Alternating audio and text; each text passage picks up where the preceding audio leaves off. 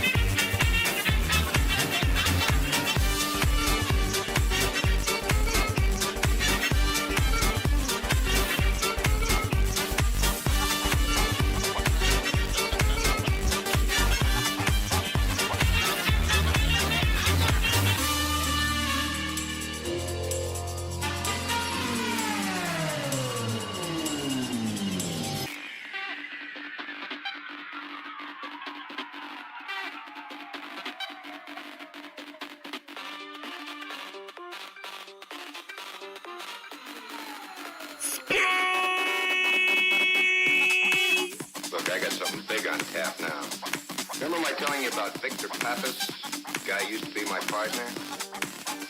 You mean the gentleman who was serving his time in the federal penitentiary? Was serving time, baby. Don't call me baby. I'm sorry.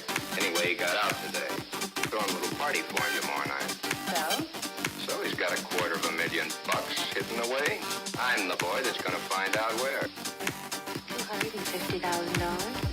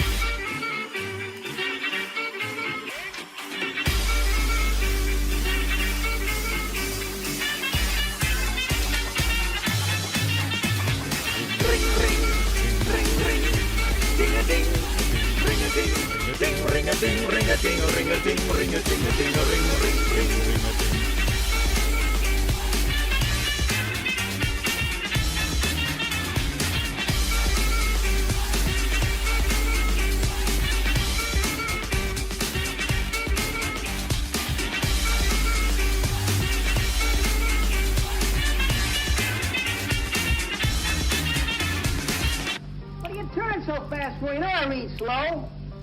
There's nothing to read, stupid. They're just pictures.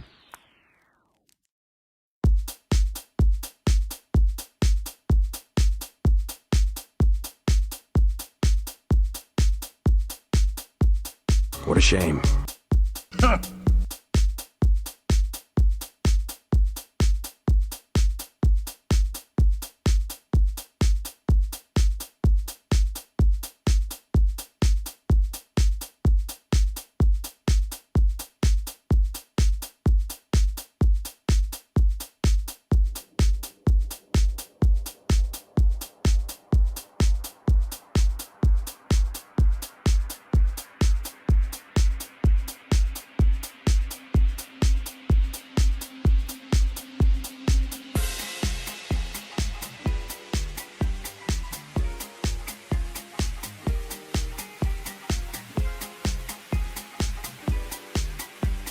Pain, pain, pain, pain, pain, pain, pain, pain, pain, pain, pain, pain. What a shame.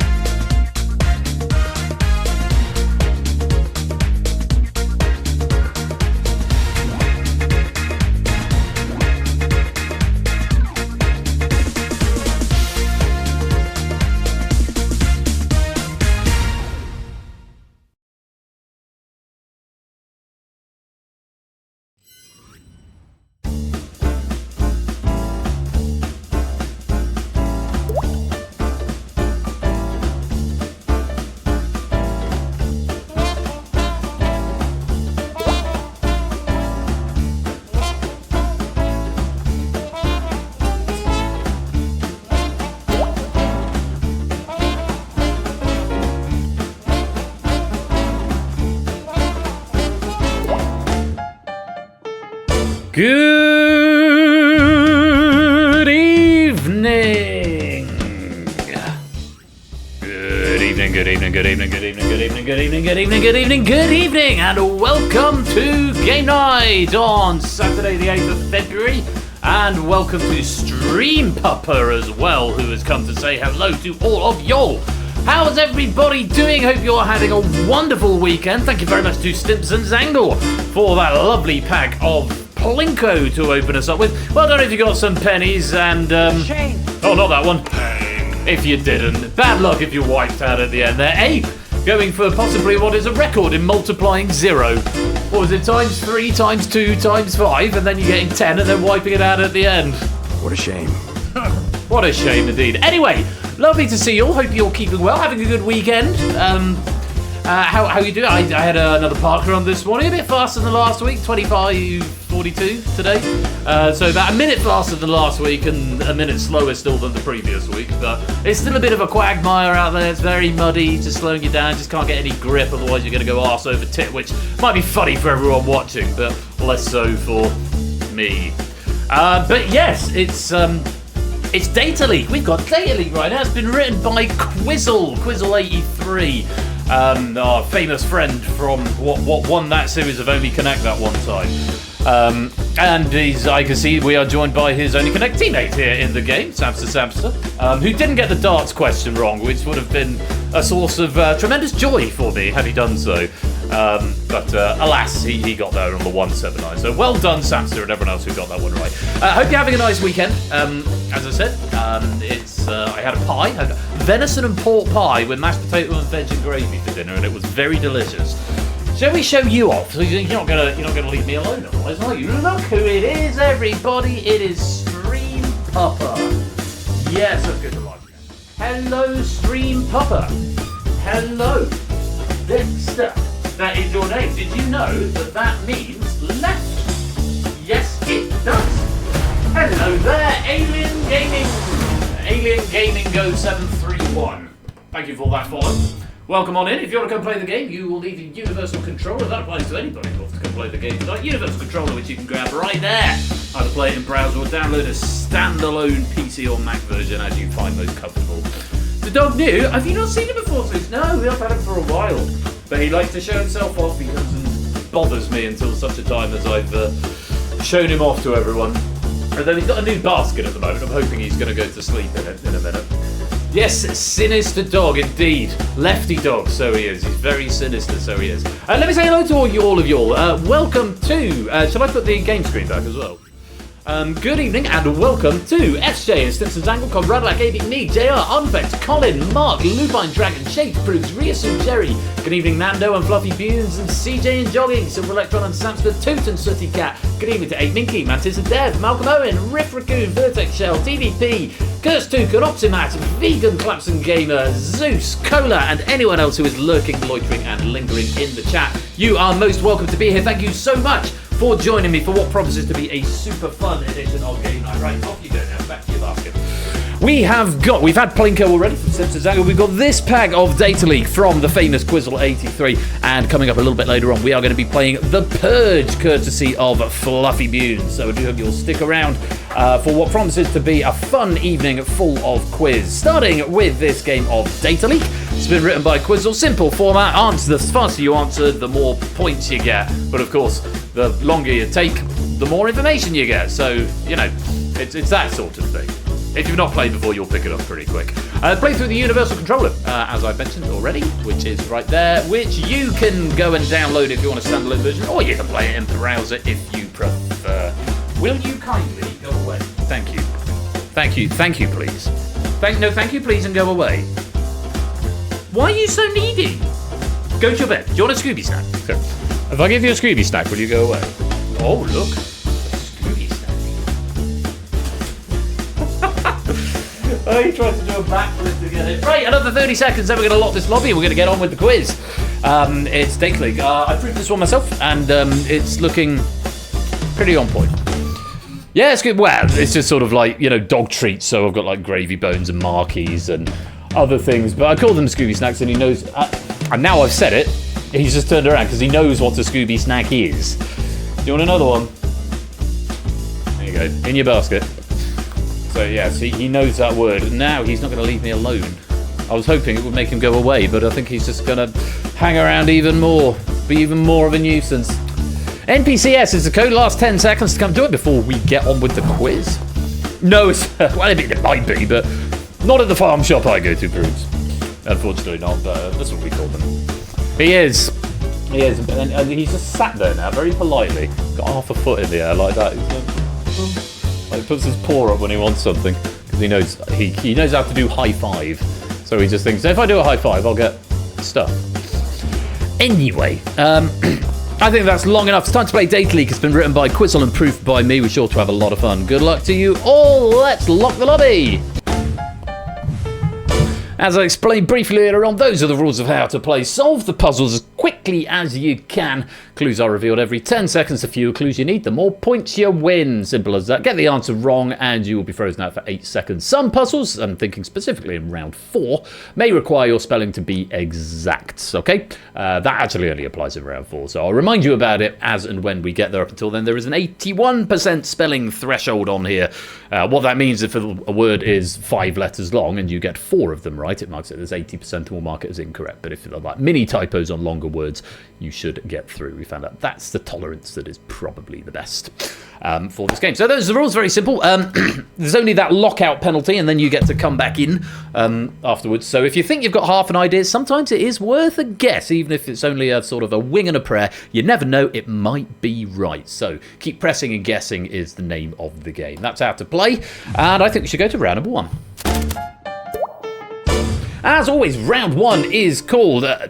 Welcome on in, Kegler Coach. Lovely to have you here. That's not what it's called. It's called 5 degrees. In this round, it's very, very simple. You'll get 5 clues, each describing... Sorry, where's my cursor gone? There it is. Thank you. You'll get 5 clues, each describing a thing as defined in the category, which will be at the very top of the screen, in the box at the top of the drain board. All you've got to do is... tell me what the answer is as soon as you think you know. There's a couple of variations on some of these, and I might be able to furnish you with even more trivia towards the end. Just give me a moment because I'm just rearranging my... Ooh. Oh, yes, that should be merged. Sorry, I'm just rearranging my question view so that I can see everything, because at the moment I can't, which is a tremendous shame. Why is that just a random empty column there? Have I just deleted all the answers? I bet I have. What an idiot. Oh no, they're the citations. I don't want to delete them either. I wanted to hide that column. Sorry, gang, I should have done this before. This is really sloppy of me. Shame. Yeah, shame on me. Shame on me. Why have I done this with merged columns rather than just... Who designed this template? It was me, wasn't it? It was 100% me. Right, there we go. Now I can see everything that I need to. Okay, so as soon as you think you know... the round is welcome Kegler. Welcome Kegler. Yeah, don't forget to get your raid messages in. Proceed your message in general chat with a hashtag, and it will log the first 3 of those that you do, and then I'll pick my favourite later on.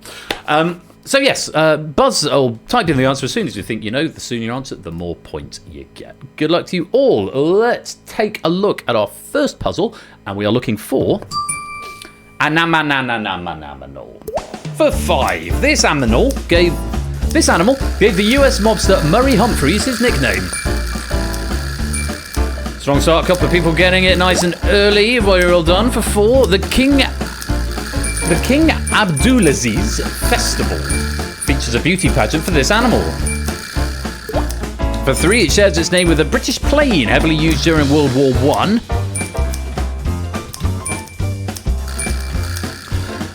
And for 2 points, this is an example of a writing style named after this animal. Hey, clever. Yeah, of course, it's not got over the line because it's all one string. But never mind. For 1 point, Bactrian and Dromedary are 2 species of this animal known as the ship of the desert. So you see, what is the answer? It's a camel. They're all camels. Yes, this animal giving it US mobster Murray Humphreys' his nickname, as in Humphreys Hump. Get it? And it shares its name with that British plane that was called the Sopwith Camel. Very well done if you got some points out of that one. And let's play on to puzzle number 2. Or let's drain the puzzle. That's what I have to say first, isn't it? Yeah, camel case is what that's called, where the first letter is... there are no spaces, but the start of a new word gives you a capital, is a capital letter. I read some regex the other day to... split a string that was written in camel case, split it out and replace it with... I say I wrote some regex. I got ChatGPT to write some regex. Let's go on. Puzzle number 2. We are looking for a sport. For 5, the 1960s films Help and On Her Majesty's Secret Service have scenes involving this sport. For 4, it was played at the inaugural 1924 Winter Olympics, but only became an official sport in 1998. You are going to go to the bedroom in a minute. That's not part of the clue, that's me talking to the dog. For 3, Scotland and Canada play each other for the Strathcona Cup in this sport. And for two teams of 4 compete on ice in this sport known as the Roaring Game and Chess on Ice. And for a single point, teams use brooms to help them get their stones as close to the house as possible.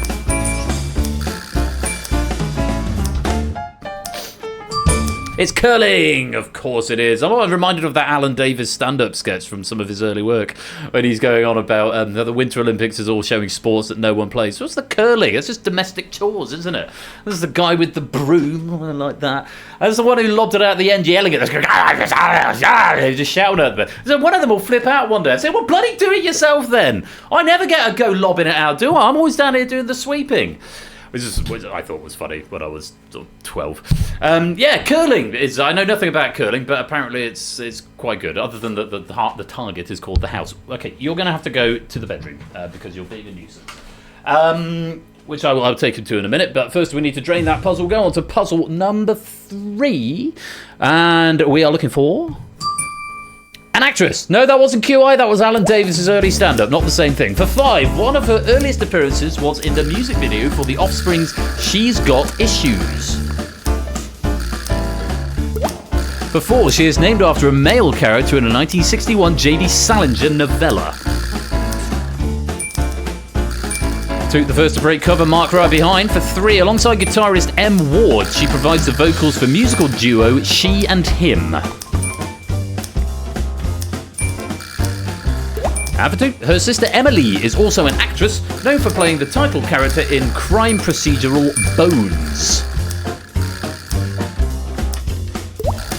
And for 1, she played Jess Day in the sitcom New Girl and starred as Summer in the film 500 Days of Summer.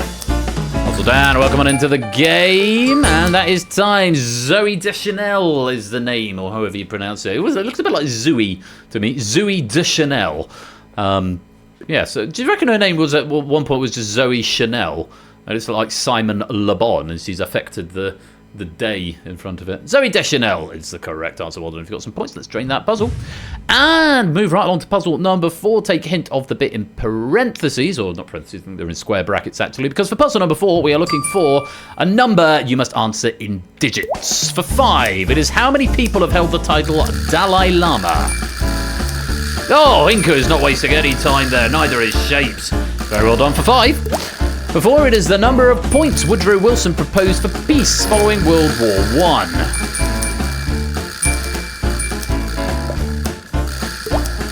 And for 3, this number King Louis of France was known as the Le Roi Soleil, or the Sun King. And for 2, it is the number of players on a netball court at the start of a game.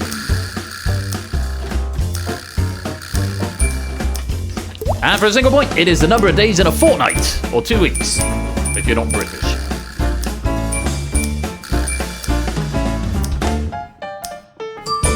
Most of us getting that. 14 was the answer. There's 2 teams of 7 playing netball. Incidentally, that J.D. Salinger novella, Franny and Zoe, but spelt Zooey, Z-O-O-E-Y, the same as Ms. Deschanel. Very well done. If you got 14 out of that, let's drain that puzzle, and I'll say good evening to Silent Marina. Not a cat. You may have been here a while, but I've only just caught it on the chat logger. One more puzzle in this round. Puzzle number 5. We are looking for a product.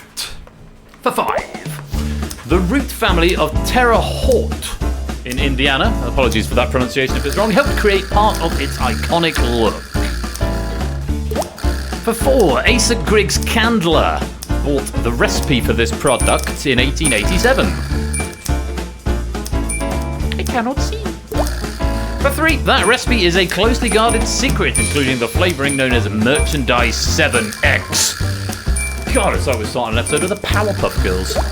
For 2, polar bears have featured in this product's advertising since 1993. And for a single point, one of the best-selling drinks in the world, this product's varieties include Diet Cherry and Vanilla.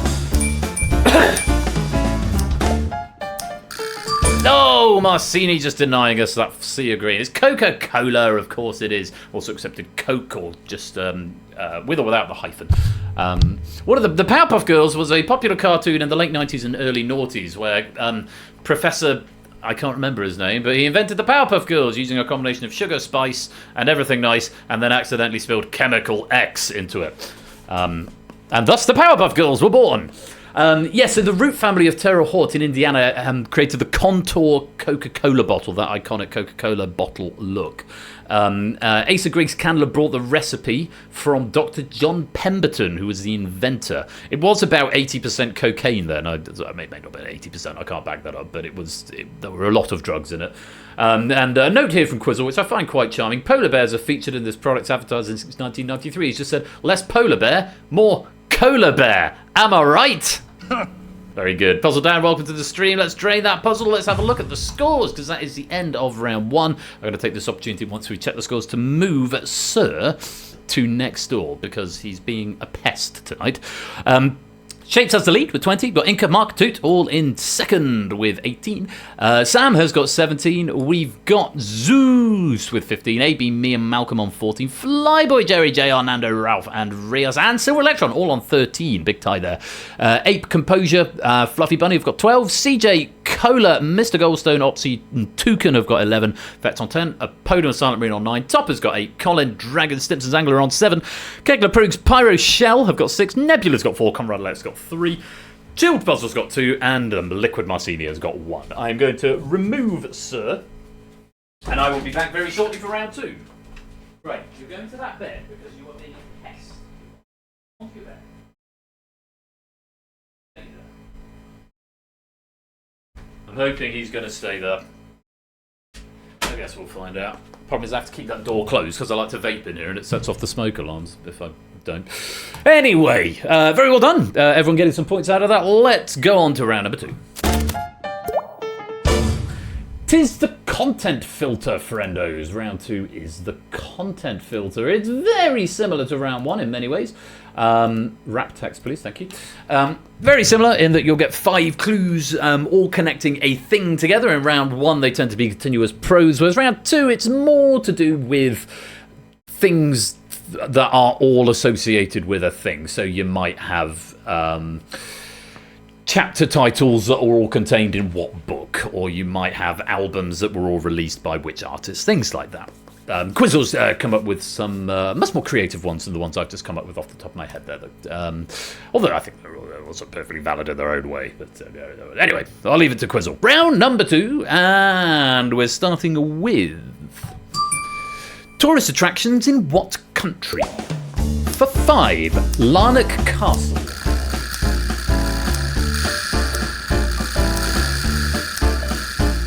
Nobody. For 4, Tunnel Beach. Oh, Rias just coming in for 4. Well done.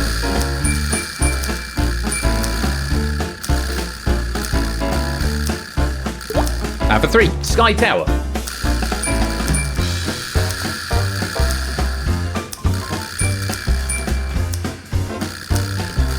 For 2, Aoraki or Mount Cook.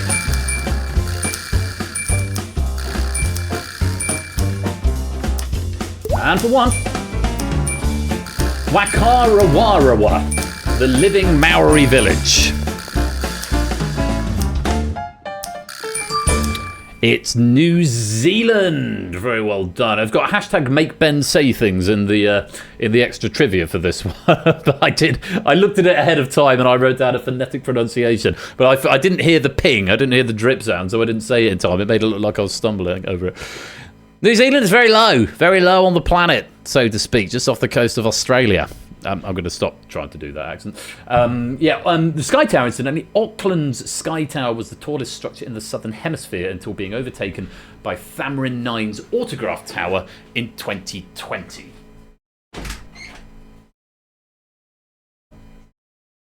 No, go to your bed. Go to your bed. No, not in the office. I'm just going to have to deal with him tonight because he's being a pest. He locked himself in the bedroom, so was scratching at the door. And now I said, go to your bed, and he's just come back into the office. Go to your bed. Go to your bed. Good boy. Anyway, all that's ended. No, go to your bed. Lie down. Good boy. Let's drain that puzzle. Sorry, Zeus, I'm back now. I hope you didn't miss me too much. Let's move on.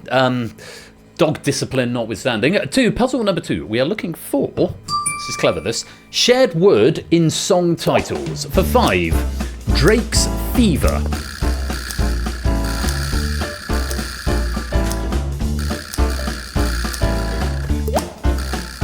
For 4, David Bowie's Wildlife.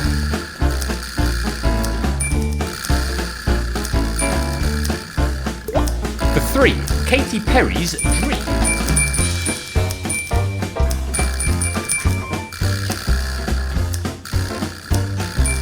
For 2, The Undertones' Kicks. Or The Undertones' Kicks. And for 1, Wheatus's Dirtbag.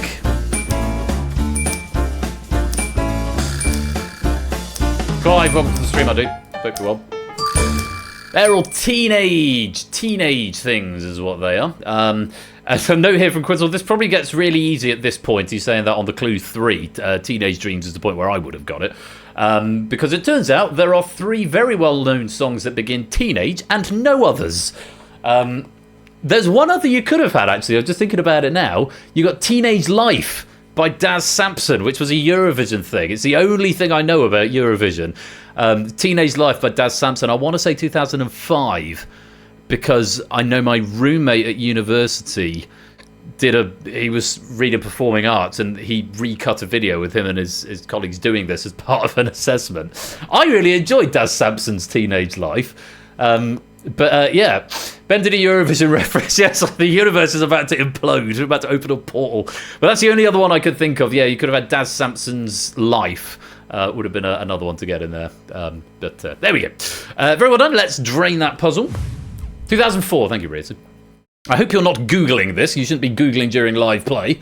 So I'm perfectly capable of Googling things myself if I really want to know. But good. That's good. Just checking. Just checking. Just yeah, I've got the Eurovision dates off the tip of your tongue. Excellent.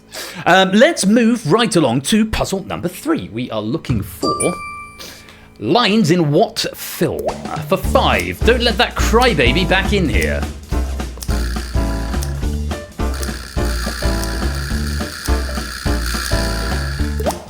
For 4, genius is no guarantee of wisdom.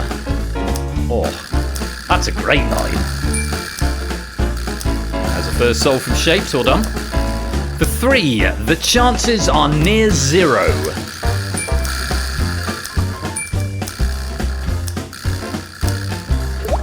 And for 2, amateurs seek the sun, get eaten.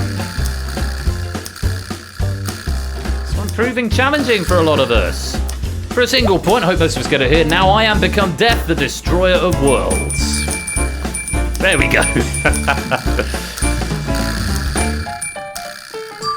Yeah, that's Oppenheimer, Christopher Nolan's 2023 masterpiece. I say masterpiece, it's one of the only Christopher Nolan films I haven't actually seen yet. But it's still not going around. I've been very busy. But yeah, Oppenheimer. I've also not seen Dunkirk. But yeah, World War II history is not really my particular brand of vodka, but I feel like I probably should see those two. I do like Christopher Nolan as well. Well done. If you got Oppenheimer, let's drain the puzzle. And move right along to puzzle number 4. We're looking for a shared word in book titles. For 5, Turtle Blank by Hannah Gold.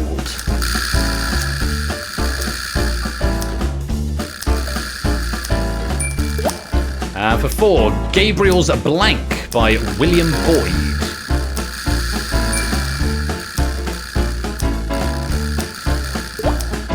For 3, Blank Tiger, Penelope Lively.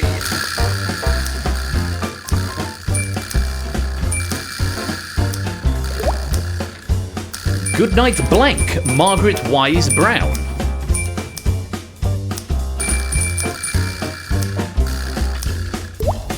And for a single point, New Blank, Stephanie Meyer.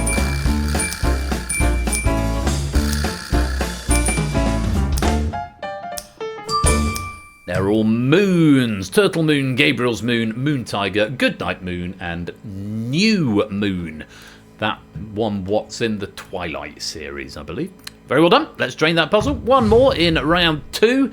Let's take a look and see what we're after. We're looking for A shared first name. For 5, Aguilar, Mexican singer who released 2016's Gallo Fino. For 4, Bonucci, retired Italian footballer with 121 caps for his country.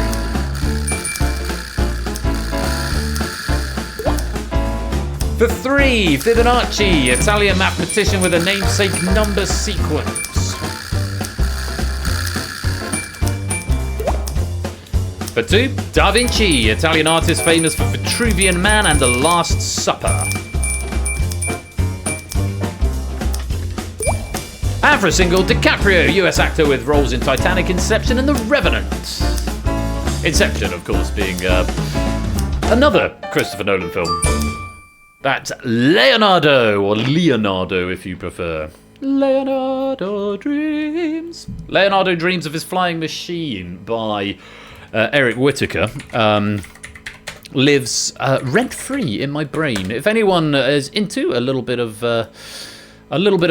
modern-ish but still accessible and beautiful-sounding choral music, I'm not being paid to say this. I'm just a fan. Go check it out. Pop it on in the background if Mr. Aladdin Sir is a bit much for you. Get to your bed. No, in your bed. Stay. Yes, Leonardo is the correct answer. I don't think I've got any further notes for you on that one. No, I don't. So let's drain that puzzle. Let's check in with the scores. We've got a three-way tie at the top. Shapes, Rias and Toot all on 32. We've got Samster with 31, Ninka and Mark on 29, Nando has 27, Zeus 26, Ralph 25, AB, me and Jerry and Opsy all on 23, JR, Cola and Silver Electron on 21, Ape and CJ, Fluffy, Malcolm Moen and Fluffy, Malcolm Owen, Mr. Goldstone have all got 20. Composure Effects, Flyboy have got 18. Toucan's got 17. Silent Marine and Topper on 16. Apodo's got 15. Simpsons Angle 14. Colin and Kegler and Proogs all on 13. Dragon and Pyro have 11. Shell's got 10. Chill Puzzle and Conrad Lack have 9. Nebula has 7. And Marcini has 6. Still more puzzles to go though, so still plenty of time to catch up as we move on to round number 3. What's any other name? In this round, you are going to get 5 clues that will all describe the same word. It is a single word in all 5 of these puzzles. But of course, the definitions will all be different in the same way, like the word set has about 4,000 different definitions. Different definitions of this word, but slightly more interesting than just dictionary definitions, hopefully. So, yes, all you've got to do is tell me as soon as you think you've got it. Obviously, no categories in this round because the descriptions could be very different things, so effectively it's all words that you're looking for, but with different definitions. Let's see how you get on as we go to puzzle number 1.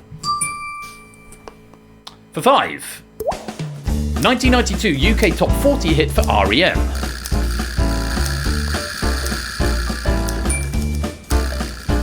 Liney, well done, Shapes for 5. For 4, a forceful stroke with a swing of a bat or racket in certain sports.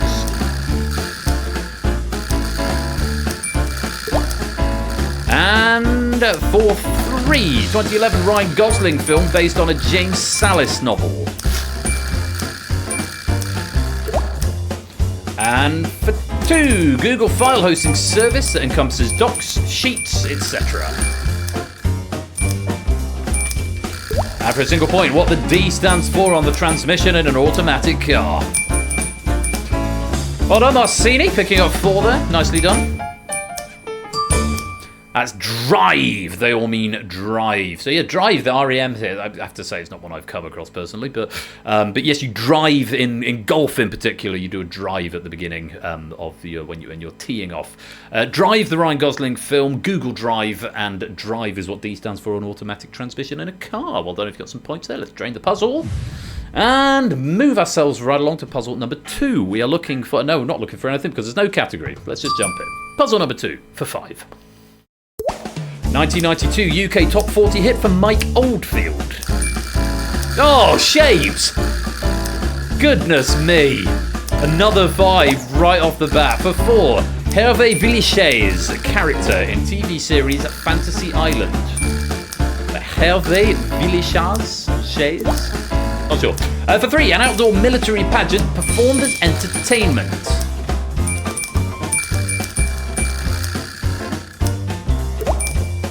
And for 2, word that follows a dragon in the first novel of Stieg Larsson's Millennium series. And for 1, an indelible design made on the skin with ink and a needle.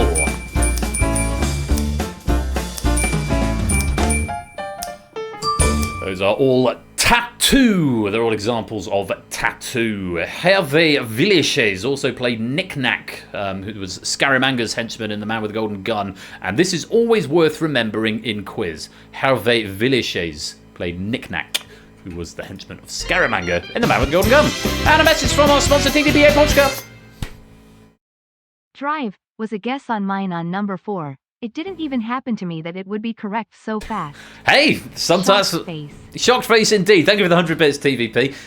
Yes, sometimes that it can happen like that. It's even the guesses, they all count. That's what this game is about. It's just press and guess. You never know, you might be right. Let's go on. Let's drain that puzzle and move on to puzzle number 3. For 5. 1992 UK Top 40 hit for Michael Jackson.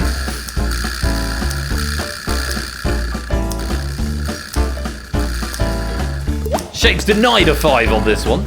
For 4, UNESCO World Heritage Site of Afghanistan, Minaret of Blank.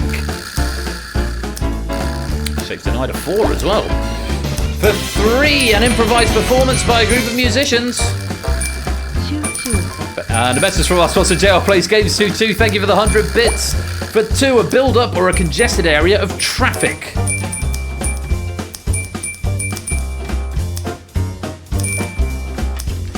And for a single point, fruit preserve known as jelly in the USA, for reasons best known to themselves.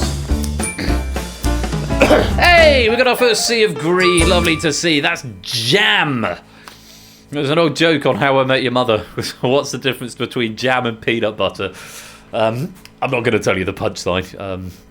Google it after the quiz, not now. Google it later. What's the difference between jam and peanut butter? But in the How I Met Your Mother, they don't say it either. They say it's boy funny, not appropriate for all audiences. Jam was the right answer. Let's drain that puzzle. I've got to do this entire stream one-handed because Fussbox down here is requiring constant attention. So I'm just stroking his head and neck, and he's staying chill, which is nice to see. Right, moving on. What are we going? Where are we to? Puzzle number 4. Puzzle number 4. Let's take a look.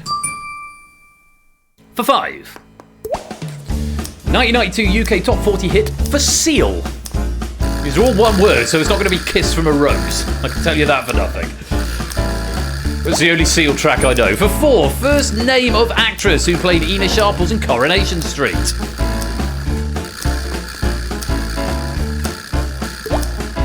For 3, first name of gum-obsessed child in Charlie and the Chocolate Factory. Hello, Lewis, welcome back. How was the pub? Was it the pub you're at? Or how was your outing? Welcome on in, mate. For 2, common name of the flowering plant Viola odorata.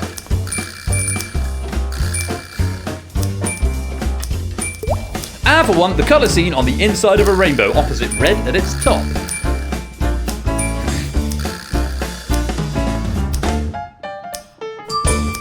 Oh, I don't know if you got that. Violet is the answer.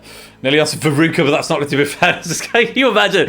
And now, take it away, Seal, with Veruca. Yeah, Veruca Salt. She was the spoiled one. Was Veruca Salt? As Violet Beauregard was the Charlie, the gum chewer. Fussbox is the name of Ben's censored. Very rude. Very rude. I was going to call him Fusspot, but it came out Fussbox. But that actually, in a way, works slightly better. Very well done. If you got some points there, let's drain that puzzle out, and we'll go on to the final puzzle of the round, puzzle number 5. You're turning violet. For 5. 1992 UK Top 40 hit for Go West.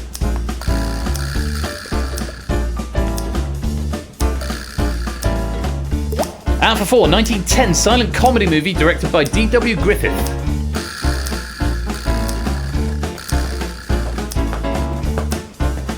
Still no one. For 3, last word of the English title of the carol known as Adeste Fidelis. I thought we might get some here. That's where I would have got it.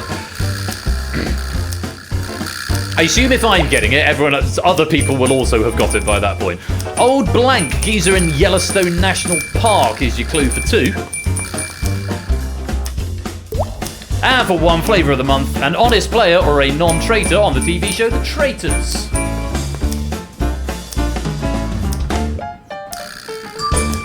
Faithful! A Death Day for Dayless is, of course, O Come All Ye Faithful, written by somebody Wade. Was that the music? Was J.M. Wade? Did they write the music, or did they write the words? I think they wrote the music. Banger of a carol either way. Very well done. Let's drain that puzzle. Incidentally, the Ina Sharples actress, that's Violet Carson. And yes, as mentioned, the gum-obsessed child in Charlie and the Chocolate Factory, Violet Beauregard. Oops, if I focus on the right window.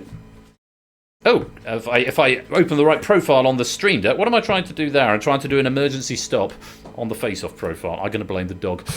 Let's drain that puzzle, check in with the scores. Shapes has the lead, 49. Toots in second with 46. Sam is third with 45. Mark and Rias have 43. Inca has 41. Zeus has 39. Nando's on 38. Ralph 36. 8 Minky and AB Me on 35. Terry's got 34. Mr. Goldstone 33. Fluffy Bunes and Cola on 32. CJ and Composure on 30. Fett, JR, Malcolm Owen, Opsy and Silver Electron all on 29. Flyboy has 28. Toucan 27. Apodo 26, Proogs and Topper on 25, Colin Keglet, Stimson's Anglav 24, Silent Marina's 23, Dragon has 20, Pyro's on 19, Shells on 18, Conradalac 17, Chilled Puzzle and Nebula on 14, and Marcini on 13.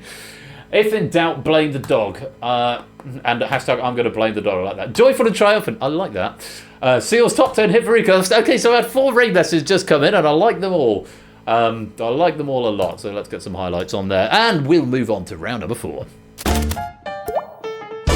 It is the clue chain. This is the one round where your spelling must be exact. It's a bit like Wheel of Fortune. You're going to get random letters to the puzzle, and all you've got to do is tell me what it is. You get a category as well. Spelling must be exact in this round. Very, very important your spelling is exact. And this is a really clever round. It's doing something a little bit different that we've not quite seen before with Data League. And hats off to Quizzle for creating such a what I think is a really fun category, a really fun round here. I do hope you enjoy it. Spelling must be exact, but still guess any time. And the more letters are added, the easier it becomes, and the fewer points you'll get. Good luck. Here's our first puzzle, and we're looking for 3 chemical elements alphabetically for 5. Can't remember if it gives you all the same letters. It maybe, I can't remember. We'll find out in a minute. No, it doesn't. It gives you random ones for 4. Very well done, Mark. First in there, and Nando and Inca right behind for 3.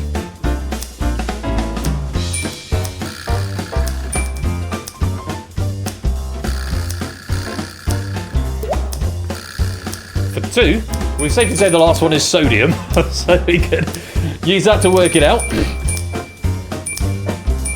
Remember, they're all going to be alphabetical. And for 1, spelling's got to be exact, exactly as it appears.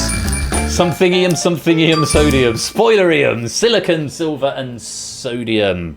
Okay, all beginning with the same letter there. That may or may not be a trend that continues for the rest of the round. Hint, spoiler, possibly, maybe. Silicon, silver, and sodium. Very well done. Let's drain that puzzle. And move right along to puzzle number 2. We're looking for 3 US presidents, alphabetically, for 5. Oh! If they do all start with the same letter, that could be very helpful. 8 Minky's right in for 5. Inca's right behind. For 4, miserly.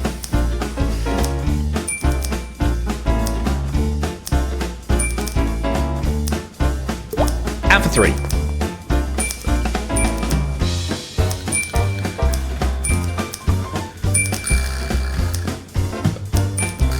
And for 2.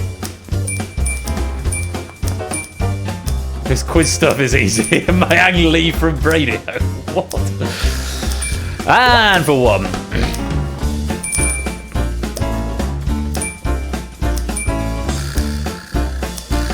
You should write full games. You should. You should also start a podcast, talking all about it, and telling all the boys and girls about what the world of quiz is like. That's something. It's an idea, free idea for you. If it's something you wanted to run with, I'd be interested in listening to you. I think it'd be a good idea. I do. I agree, Abe. Yeah, anyone wants to run with that idea, you're welcome to a quiz podcast, because are there lots of those? Well, I think There's Lateral, there's sort of pseudo quiz podcast. That's about it, really. There must be room for another quiz podcast out there somewhere. Someone run with it. Need more podcasts for driving. Let's drain the puzzle. Oh, Fingers on Buzzers. Yeah, Fingers on Buzzers. Yeah, that's Lucy. Is that Lucy Porter's? Lucy Porter's and Jenny Ryan's, I think. Yeah, Fingers on. I forgot about that one. That's the big one.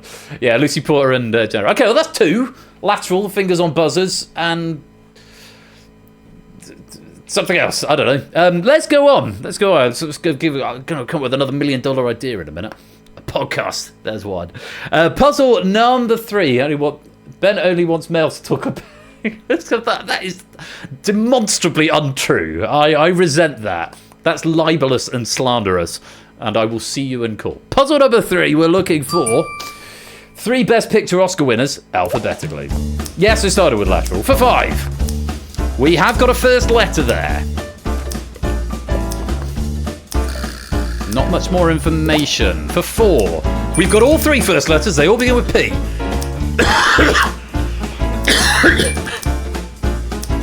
Oh, goodness me. It's my running cough. For 3. Podcast. Pod quiz is a good podcast quiz. I don't know that one. For 2.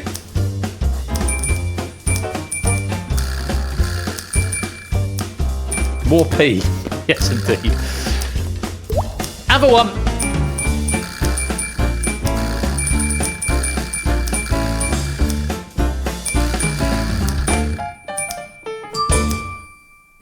And they were Parasite, Patton, and Platoon. Very well done if you got those.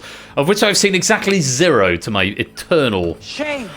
Apparently Parasite, everyone says Parasite's really, really good. It's brilliant. And then someone said to me, actually, no, it's not that good, actually. I don't know. I don't know who to believe anymore. It's difficult. Let's drain the puzzle. And one final puzzle. No, I beg your pardon. There's 2 on this round. Still go. Welcome to the stream, I do. Lovely to have you with us. Hope you're keeping well. Welcome to the game. And to the stream as well. Puzzle number 4. We're looking for 3 English cities, alphabetically. For 5.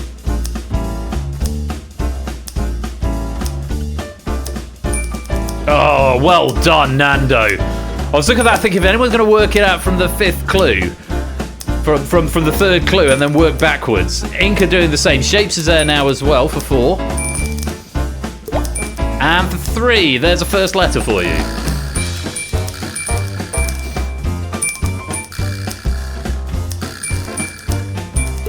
And for 2.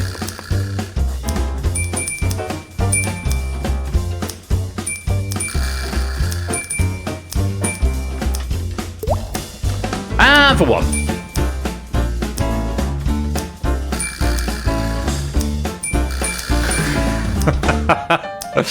I feel bad for all the Americans who are spelling Derby with an A in the audience. There must have been like 3 or 4 people who put Derby in with an A. Unfortunately, Derby in Britain is spelled with an E. It looks like Derby, but I promise you it is Derby. Nato, welcome to the stream. Welcome to the game. I do hope you're well. It's a city over from the town I grew up in. I grew up in Burton-on-Trent, and Derby's just over. My sister lives in, not in Derby, she lives in Derbyshire, which is, Derby is the county town of Derbyshire. Also, was it Doncaster and Durham as well? I did see the H and the M come in. I thought, I wonder if anyone's going to work out Durham from that and then work backwards to the other clues. And we did. We saw Nando and Inca both pick up 5. So very well done to both of you there. Great effort. Derby, Doncaster and Durham. And apologies to any Americans. Let's drain the puzzle. And we'll go to one final one in this round that we are looking for. 3 open era men's tennis Grand Slam winners alphabetically. For 5. Apologies to any Americans, indeed. Amy's there. Amy Me is there. Mark is there for 4.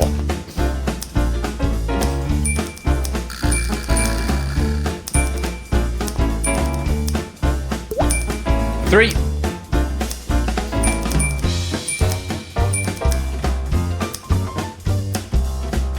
Well, it's your quiz, not a cat. But they are last names. For 2.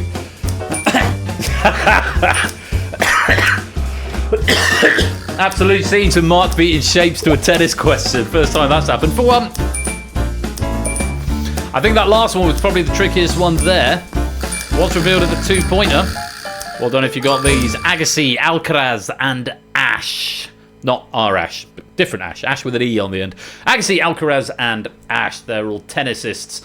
And very well done. If you manage to get some points out of that, let's drain the puzzle. Let's check in with the scores. Hello, Topper. I know you've been here a while, but welcome to the stream.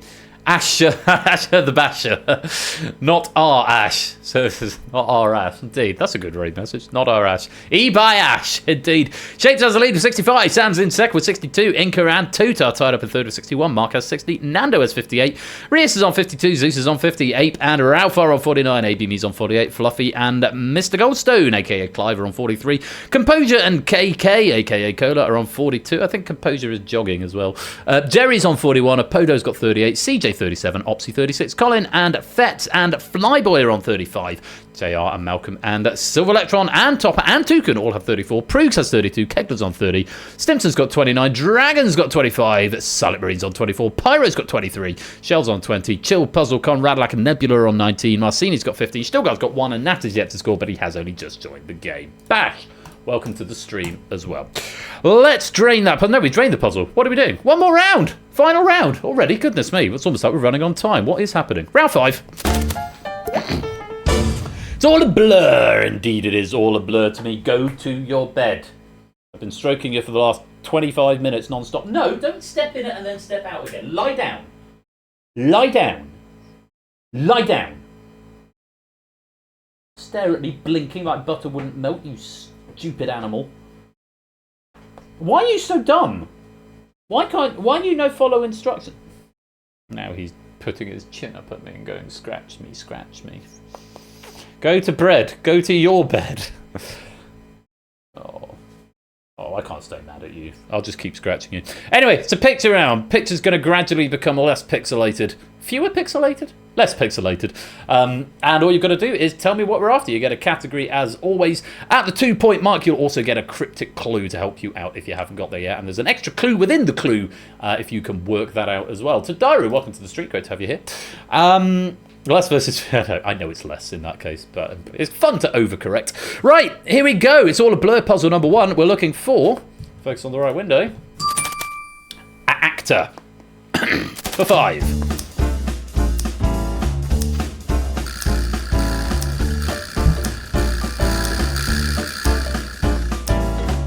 For 4.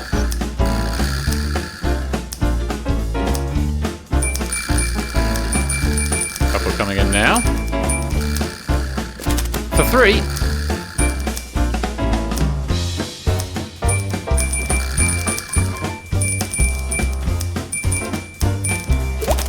And for 2 points, this actor has a knack for playing comedy roles in films like School of Rock and Nacho Libre. And for 1.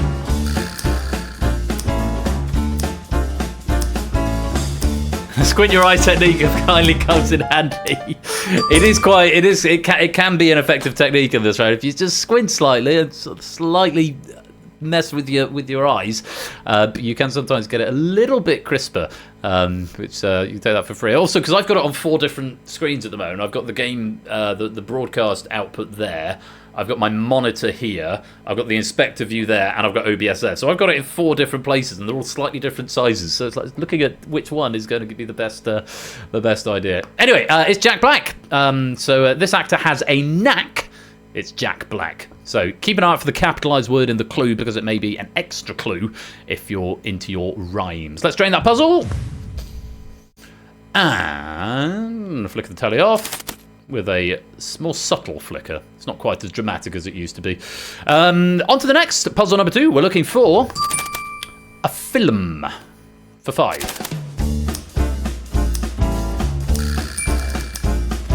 Thought there might be 1 or 2. Get it from 5. And there are indeed 2 for 4.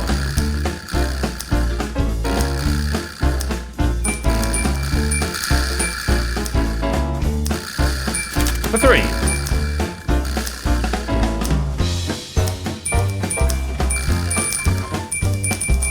No, the answer would be Jack Black. That'd be good. For 2, released in 2 parts, Tarantino fans had to wait till 6 months had passed to see the second part. And for 1.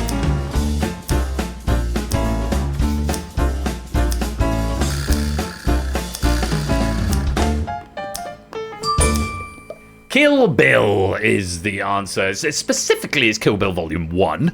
That's the scene in the... Is it the House of Black and White with the crazy 88? I think that's... It's been a while since I've seen Kill Bill. Great film, though.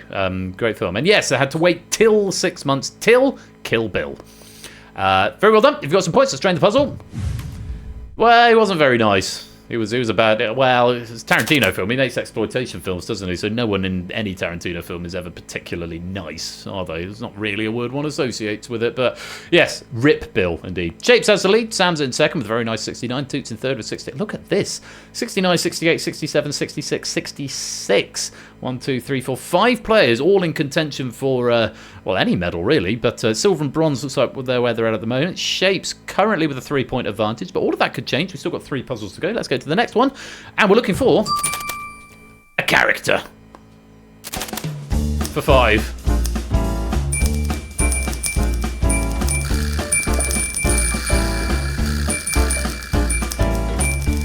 And for 4. Oh, sorry, did I stop scratching? For 3.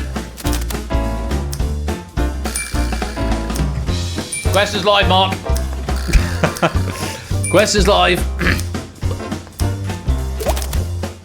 For 2, still struggling? Have a little thinky and see if you can come up with the name of this purple Teletubby. This character that should have been in Kill Bill. Oh, I'd love to see that. For 1 now. There has been an awful lot of Teletubby trivia recently. We had an entire round of Teletubbies in Danger Zone a week or 2 ago, and then there was something else came up almost immediately afterwards, and there he is again, Tinky Winky from the Teletubbies. Every quiz another Teletubby, and there are only ever 4. But yeah, Tinky Winky. Have a little thinky to come up with Tinky Winky. Yeah. What a shame. What a shame about that pun, indeed. Well, you've got some points out to strain the puzzle. 2 more. All right, this is the one that could be decisive. I think this one's a little trickier, but it's not. This next one is not really in my wheelhouse. So let's see what you make of it as well. Shape still with a 3-point advantage. Let's go on to puzzle number 4. We're looking for a place. For 5.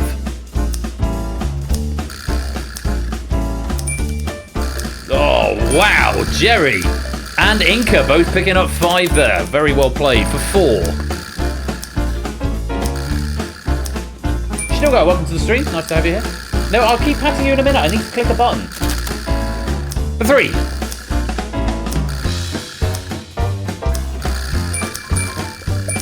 Couple more souls coming in now. And for 2. It's a long way to this special administrative region of China, over 9,500 kilometers from the UK. Looks like it's on fire. One day one of these shitposts will accidentally be held. Puzzle should do crosswords, he really should. It's a long way to Hong Kong. Hong Kong was the answer. Yes, it's an administrative region of China. Is that the one that's Chinese? No, I'm thinking of Taiwan. Taiwan is Chinese Taipei. Hong Kong is in... Is it independent? I think it's... Well, it used to belong to Britain, didn't it? So it's independent from Britain now. It got independence in 1999. Oh, it was handed back to China. That was it. I was going to say, why did I think it was independent from China? Yes, I know Britain used to have it. We said we were going to have it for 100 years, and there was an argument that said we meant forever, and they said, well, no, you said 100 years. Now give it back. Tony Blair. It was Tony Blair was in power at the time. Would have given Hong Kong back to China. Anyway, Hong Kong, you're age negative. That's the second time today the reference to you being age negative 3 has come up, Lewis. Well then, if you manage to get Hong Kong, let's drain that puzzle. If I focus on the right window. Oh, it's not a done deal yet, but Shapes is retaining his 3 no desks. Shapes retaining his 3-point advantage. Inca and Toot right behind, both on 77. It's all going to come down to this final question.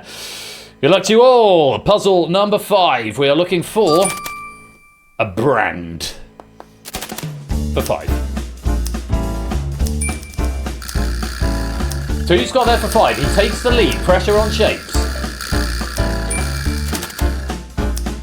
For 4. Sam's got there as well, tying with Shapes now.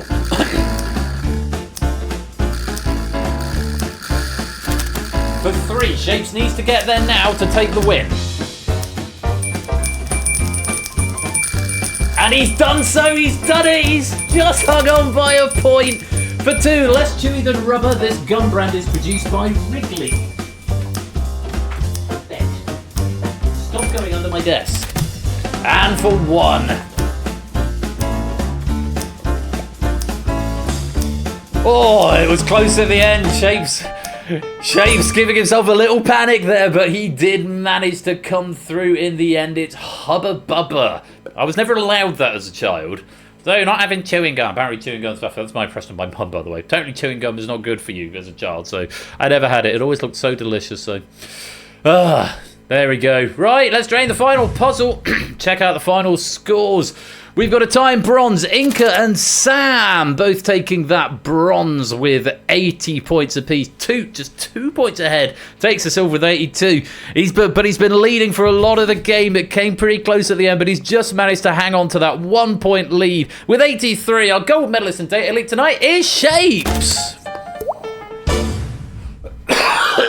GG. Stop going out. Okay, you're going out.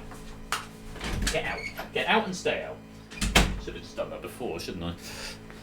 Oh, Inca, welcome to the stream. Congratulations on your bronze medal there as well. Oh, what a great game. What a great game. Really good fun. Thank you to Quizzle for an excellent pack. Excellent as always. Thank you, Quizzle. Really good stuff in there. I hope you all had fun with Data Leak as well. We're going to take a short break. During this short break, I will play some music. If you're subscribed, then you'll get to listen to the music. If you're not subscribed, then you'll see some adverts. But we won't start the next game without you, so don't worry unduly on account of that. I'm tempted to play Leonardo Dreams of His Flying Machine, but it's like 9 minutes long, and I don't really want to go for a 9-minute advert. Also, this red wine is not really agreeing with me. I'm still on my first glass, which is most unlike me. I must be getting old. Anyway, I'm going to play some music, whatever it ends up being. We'll find out in the fullness of time. But when we come back, we're going to be playing The Purge. It's been written by Fluffy Bunny. It's been proofed by a tag team of myself and Lewis, and there's a lot to enjoy about this pack, so make sure you do stick around for that. It's coming up after the break. Congratulations again to Shapes, our Data Leak champion. Thank you to Quizzle for writing the questions, and I will see you on the other side of the adverts. You've been playing Data Leak. See you shortly.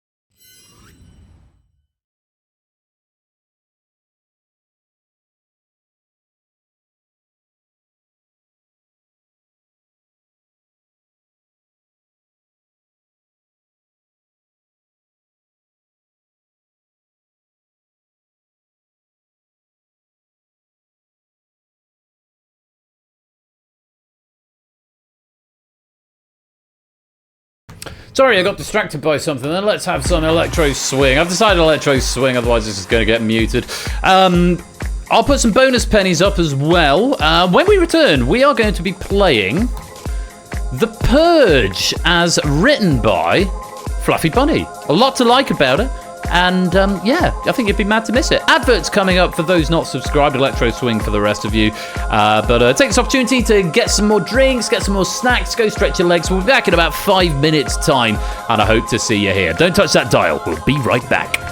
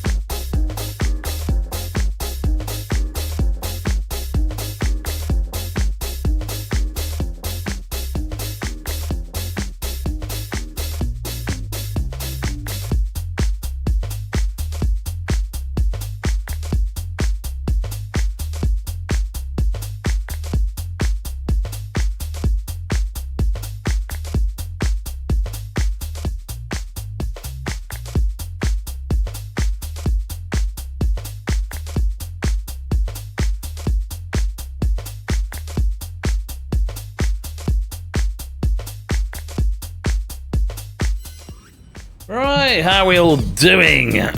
On this time for our second part tonight, we're going to be coming up with the Purge very shortly, as written by Fluffy Munes. Some pennies going out just there for cashing in micro pennies. That's the thing you all can do. You collect micro pennies over the course of just watching the stream, and then once you get 1,000, you can cash them in. Yeah, I'm currently working on a new tool that's going to hopefully make that process easier if I can ever figure out how to hook into the Twitch API to redeem those automatically, which I haven't yet, despite spending some time with Bash the other night, who I know does know how to do it or has made it work. I wasn't able to fathom it out with my architecture, so hopefully that's something that's coming soon. But either way, the new system is hopefully going to make things a lot smoother and easier, certainly from my point of view. Anyway, let's just give you a quick overview of what we've got coming up. And good evening to Kegler and Pyro and Oni. Welcome to all of you. Wank batter. Indeed. I'm just saying something to make my 10 Street. Well, quite. Wank batter that's a very funny combination of words to mash up there, Oni. Stamp of approval on wank batter. What have we got coming up? Thursday. Well, before that, here's a message from our sponsor, BC 2014. Oh no message, but just a 21-month Prime subscription. Thank you very much for the 21 months there, BC. Most kind of you. And hope you're enjoying the stream. Thank you for the ongoing support. Very much appreciated. Now, what was I doing? I was going to go and check what was on the other channels. Let's start with mine, since I've just opened up that page. Thursday and Saturday next week, Thursday the 13th and Saturday the 15th is what we've got. Thursday the 13th, we have got The Escape Artist as written by Zeus. We have got Steeplechase as written by Dogfish. And we've got Risky Business as written by me. I waved it under Lewis's nose earlier on. We had a call earlier on about various bits and bobs. And I waved it under his nose. Toot is the one who's signed up to proof it, but Lewis has had a look through and he said he liked it. There were bits he would improve upon, because of course there were. But yeah, that's my Risky Business Pal. That's going to be on Thursday. I'm looking forward to sharing that with you all. Steeplechase from Dogfish and The Escape Artist from Zeus as well on that stream. Starting a stream with The Escape Artist, which seems unusual, but that's the order I've elected for on the schedule. Because of course I will. You would be doing your job otherwise, would you? Next Saturday, if you're just here for the weekend stream, we have got Crossfire as written by Oni. We've got Red Herrings as written by Zeus, and we've got another edition of Spotlight. Doesn't feel like we've had Spotlight 2 minutes ago. Last Saturday, so that's 2 weeks. So the problem is, we want to do 2 streams a week. I've only got so many formats and trying to rotate them so they get good spread. There's an art form to doing schedules, I tell you, making sure that there are no 2 repeated formats in any one stream and that things are spaced out enough. Yeah, it gets harder every season, I promise. But yeah, more Spotlight coming up next Saturday along with Crossfire and Red Herrings. Looking ahead, Saturday the 1st of March, that's 3 weeks today. It's going to be the season finale, relatively short season 17, but it is concluding with the 5th birthday party, the Game Night's 5th birthday party on the 1st of March. Various guest games and as well as the regular play-along stuff. It's going to be an all-day stream starting about 10ish. Aiming to finish slightly earlier than last year. The plan is to finish at midnight at the moment. We'll see what happens. I don't really want to go much later than that because I've got to go to work the next day and I've got to go to church the next morning and I've got a concert on Sunday night. So yeah, that will be. I'll be taking it relatively easy on that birthday party, but it should still be a fun day. More details, I promise, are going to be coming this week, and that will be really good. Yeah, please do come along for that and do mark your diaries. Elsewhere in the world of online interactive quiz trivia, if you would like to go and follow Ash the Bash, I definitely think you should. Why wouldn't you? Why wouldn't you follow Ash the Bash? Great guy, salt of the earth. Loves his custard. He's here on 2 streams next week, Wednesday, February the 12th, with Untitled Grid Game, Wipeout, and the Million Dude Drop. And if you are anti-Valentine'sing, if you have not got any plans for Valentine's Day next Friday, Friday the 14th of February, he's got Brain Teaser all clued up and Poker Face, so that should be fun. I don't know if he loves tubby custard, but I know he loves his custard. I don't trust people who don't like custard somehow. I mean, unless you've got like an allergy, or you can't eat eggs or milk or lactose or dairy or whatever. If you just don't like custard, it's like people who don't like dogs. If you've got a phobia or a sort of genuine fear of dogs, or that's fine. But I don't know. Custard's a good idea. It says a lot about a person. Says a lot about a person. You are valid. Of course you're valid. Yeah, that's fine. You know, there's people who don't like dogs, but they're not. You know, they aren't medically averse to them. Yeah, if you just don't like dogs, I feel like, well, you know, humans and dogs, you know, intrinsic connection. Custard is a good idea, indeed. You're an adult, have all the hubba bubba you want. To see that one as well. I don't want it now. I'm a grown up. My mum was probably right. As a kid, I didn't want hubba bubba. Anyway, no, sorry, as a kid, I did want hubba bubba and wasn't allowed it. Hubba bubba, bubba, bubba, bubba. Oh, okay. That's fine. Thank you for that DM person who just DM'd me. I will make alternative arrangements. So I will. Now we are -3. Teletubby dancers are just a no. Very clever. Scanning through some of these raid messages. Every quiz, another Teletubby. If in doubt, blame the dog. I've got that one highlighted already. Ash is the general custard of the Teletubby world. What? The general custard? There's a few good ones up there that I'm quite enjoying. Yeah, highlight a few. Right, more of that a bit later on. For now, we're going to go on to our second feature game of the night. It is The Purge. It's been written by Fluffy Bunes, Fluffy Bunny Esquire. Proofed by me and Lewis. I did a sort of a double team job on it a bit earlier on. Plenty to like in this pack. There is the link to the Universal Controller if you're not there already. If you're already on it, make sure you refresh your device because you will need a fresh page. It's time for your state-mandated... What's the line? Attention, this is your 10-minute warning for your state-mandated purge. All crime will be legal for the next 24 hours or something like that. Either way, it's time for the purge.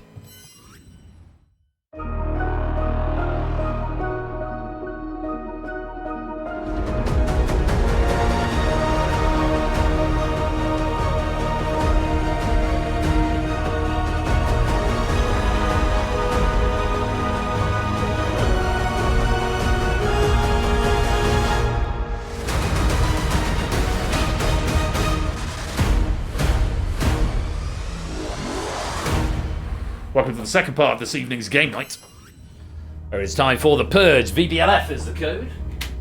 I'm going to turn off big lights. Not that it makes any difference, it just makes me look like I'm slightly glowing. But for me, it looks like I'm brighter on the camera, but for me, the whole thing looks a lot darker and more sinister. Mind you, there's a lot of light being emitted from the battle station. It's a lot of monitors. Urgent for a purging. That's a purging. VBLF is the code. Oh yeah, of course it plays havoc with my green screen as well when I turn the lights off. Oh! A big knock at the door. Who could it be? It is Mr. Bear. Right, lights off, go to your bed. No, into your bed. Lie down. It's actually lying down now. Urgent for a Persian. No, urging for a purging. Urgent for a purging. Right, come join the game. VBLF is the code you need. Quite a few of you in so far. 33. Doing encouraging numbers tonight. 33, 34 in the game. 53 in total in the audience. So if you are just watching, if you are just here at Game Night for spectator fun, if you're watching it like you would watch a quiz show on any other TV channel on a Saturday night, you are very welcome to continue doing your spectation. I hope you are enjoying the stream and your lurk and watch along. Most welcome to be here. 35 of you in the game. I'll give you another minute or so. I'm going to try another glass of this wine. I'm not entirely convinced by it. Not entirely convinced. Considering I poured the first glass with dinner at like 7:15 and it's now 9:30. I've only just finished the first one. Purgatory. Very good. Hajonk. Oh, he's gone to bleep. He's going to bleep. This is good. I won't jinx it. He's tucked his head under, closed his eyes. He's doing a bleepy puppy. That's what we want. I can do the rest of the stream in ASMR. So as not to wake him. I don't know if that would trigger some people, possibly. I know it can be quite triggering, that sound, especially if you're not in the mood for it or used to it. Right. 30 seconds, and then we'll get underway. 35 of you in today. I don't want to condone people unless I'm absolutely sure I want to condone them. I know I've got a get out option, but I haven't implemented the uncondone feature yet, which I really should. Right. 15 seconds.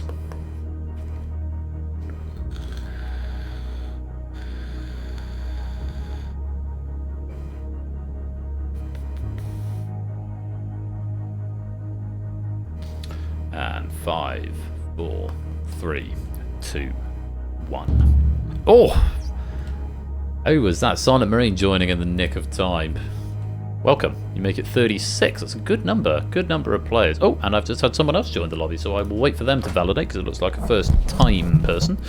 Or it might not be. I don't recognise the username they've elected for. If you're the person who has just joined the game, you need to type a little code into the Twitch chat. Either whisper it to the bot or type it in the public chat, and it will give you a chair.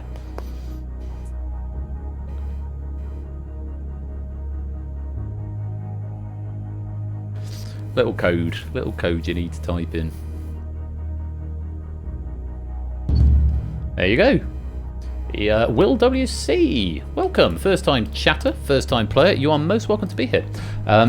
Welcome. Hope you're keeping well, and welcome to the stream, welcome to the game. You've just been given a chair. Where are you, Will WC? Looking for an avatar I don't recognise.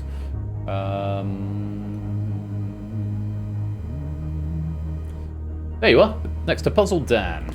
Hello there, welcome. All of the rest of the game is played through the Universal Controller. Keep an eye on the broadcast as well. So that's where all the action is going to be happening, all the pretty graphics are happening there. And we've got 37 players, a good round prime number. Very welcome here, Will. Have fun, enjoy the quiz. This has been provided for us by Fluffy Bunny. It's been proved by myself and Lewis. Let's play. And yes, give Lewis or one of the other moderators a shout if you need the rules explained. The rules will be explained on screen, but if you lose track of it, just give us a shout. We're here to help. A good round prime number. Yeah, absolutely. I like that. Right. Yes, rule 1, get the questions right. Rule 2, don't. I'd say rule 1 is don't Google, to be honest. But rule 2, yeah, get the questions right. And Will, Natter has just gifted you a sub, so you can enjoy ad-free viewing for the next month, whether you like it here or not. You get ad-free viewing for the next month. Natter, thank you for your generosity there, and Will, welcome into the fam. Enjoy the emojis and ad-free viewing for the next month. And let's get on with the game. May as well, if you like. Well, you could take one for yourself as well, Natter, while you're at it, if you wanted to. Anyway, BC, welcome to the stream. Here are the rules. It's never Tchaikovsky, it's one is, yeah, that will become clear. Here's how to play. Answer the multiple choice questions. If the group collectively fails to stay under the breakpoint, a purge is triggered, in which all incorrect and abstaining players must partake. If a player answers the purge questions correctly, they rejoin the game. If not, they are eliminated permanently from the game. Though there is a behind the scenes game, once you've been eliminated, you can still play along for the fun of quiz, and also you get channel currency as well, the pennies that obviously we use here. I'm saying this mainly for the benefit of Will, who's a new player. Everyone else, I think, is familiar with the penny system. But yeah, once you're eliminated, you can keep playing. Play continues until 20 questions have been answered, 5 purges have taken place, or 5 or fewer players remain, whichever occurs first, and the rest of the players move on to the final purge. Yes, he was. Sorry, I'll stop drawing attention to it now. We're going to start, as we always do with the purge, with the tiebreaker question. This question will take the form of a number. You need to answer as a number. You shouldn't be able to type anything else on the devices, actually. Yeah, I'm moving on from it now, Lewis. He's impervious, good. So, answer as a number. You've got 20 seconds to do this, and here is your tiebreaker question. How many days elapsed between the coronation of Charles I and the coronation of Charles III? Do give me something, because otherwise you'll give an int.max, which is not a number that you want. 5 seconds. And time. So if you didn't give me an answer there, you'll be given int.max. Don't worry too much about this, but the closer you are, the better it is going to be for your tiebreaker, which will come into play a little bit later on, towards the end of the game, if we needed to. The correct answer, for what it's worth, 145,084. I really do need to cast that to a number properly Dr. String, open parentheses, open quotes, N0, close quotes, close parentheses. Charles I's coronation was on the 2nd of February 1626. Charles III's coronation on the 6th of May 2023. Roughly 400 years by roughly 350 days would have gotten you to around 140,000. Max is nearly as close to that answer. Well, however far away you are from 145,000, that is the score you're going to be set at. Just have a quick glance down. There's one player who's 3 figures away that I've seen. Any others 3 figures away? Not that I can see, so that's as much information as I'm giving you. If you were the player who was 3 figures away, it looks like you are the closest, so you will have the best advantage if we need that tiebreaker later on, which we may or may not. We're going to start the breakpoint at 50%. This means if more than half of you are incorrect, we will trigger a purge. We don't want to go to the purges. We want to avoid them as much as possible. With every correct answer, or every time we stay below that breakpoint, we will lower that breakpoint by 10% for the next question. But starting with this, 50% is the breakpoint. 2 options on this first question. And here they are. Persephone. Dexter. What is the Latin name for on the right side?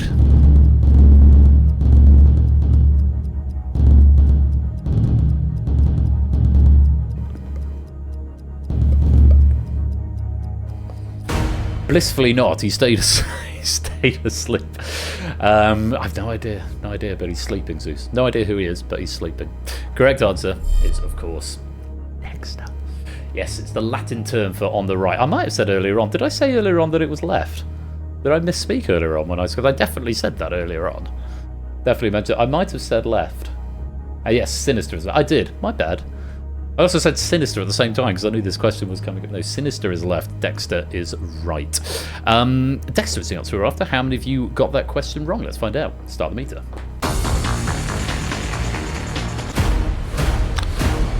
Easy, just 2 going for Persephone, 35 going for the correct answer. Dexter there. So we avoid that purge and we only creep up the meter. Let's set it back down to 0 and lower the breakpoint.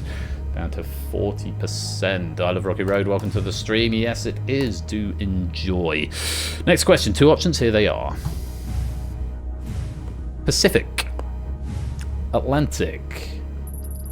By volume, what is the largest ocean on Earth?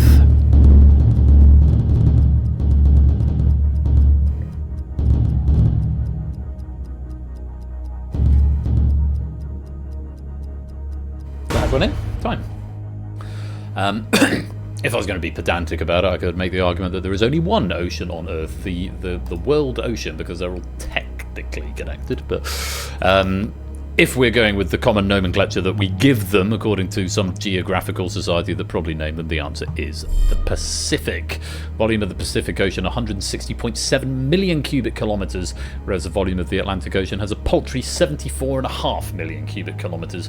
Pacific Ocean also has the largest surface area, so largest area and largest volume.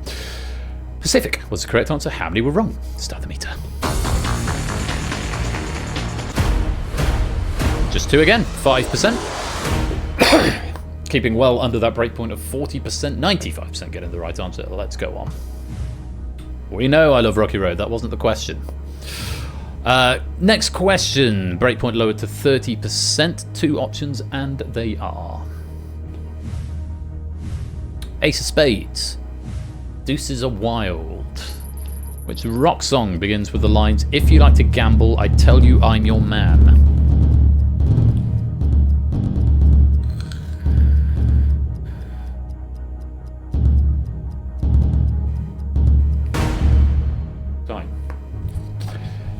If you like to gamble, I tell you I'm your man. You win some, lose some, it's all the same to me.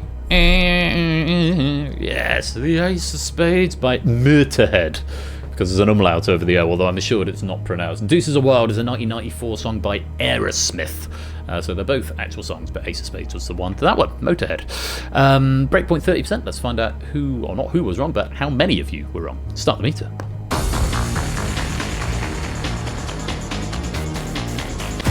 Ooh, a few more getting that one wrong. 11% getting that one incorrect. Plus 1 abstention there. So an abstention in this game is counted as wrong. So 11%, 4 players getting the wrong answer, and 1 extra player abstaining, for a total of 14% incorrect. 86% though getting the correct answer, 32 of you getting under that breakpoint of 30%. Let's go on. Gratuitous words. You spent all the time looking for the diacritics to tie that message since I mentioned it, haven't you, Shapes? Breakpoint lowered to 20%. 20% now, the breakpoint. Still 2 options. Let's take a look at them. The Purge. Yours faithfully. Yours sincerely. Which of these phrases should be used to end a formal letter to a specific person?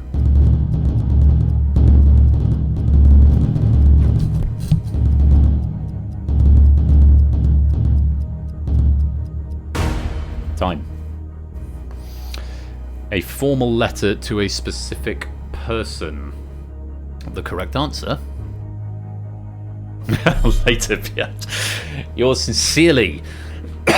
Yours faithfully. I was always taught in school we did letter writing. This is the days before email. In primary school we did letter writing. I was always taught it's yours faithfully if you don't know the person you're writing to, because you're having faith that it will arrive with the right person. That's how I was taught to remember it. So yours faithfully for when you don't know the person, but sincerely if you do. Or indeed kind regards. Or if you're particularly cross, regards. My email stub defaults to best wishes is at the bottom of mine, but if I'm particularly furious with someone, I will manually change it to just regards. Yours sincerely is the correct answer. Let's find out how many of you were wrong. 20% the breakpoint. Let's take a look. Start meter.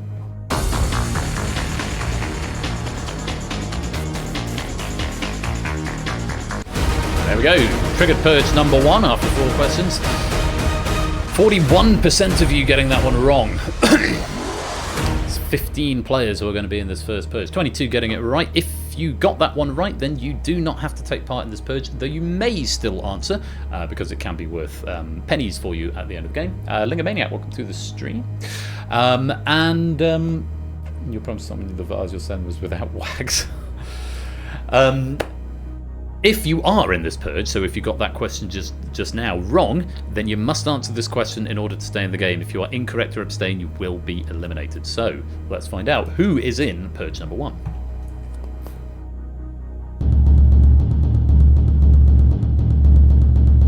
$15 of you, AB me, Miss Mazeppa, Proogs, Puzzle Chilled, Nebula Opsy, Nando Jerry, CJ Toucan, Ben, Mark, Half-Light, Velvet Thunder, and Pyro, and your chairs have just gone red to indicate you are in the Purge. Oh, it's Clive is Miss Mazeppa.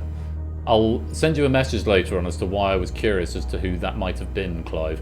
But yes, it's I was curious. Hashtag regards, comma, suggested by a riff. Right. Full question. There are no multiple choice options here, so you must give me a full answer. 20 seconds to do so. Good luck. Here is the first Purge question. With over 4.65 billion plays on Spotify, Blinding Lights is a song by which Canadian singer-songwriter?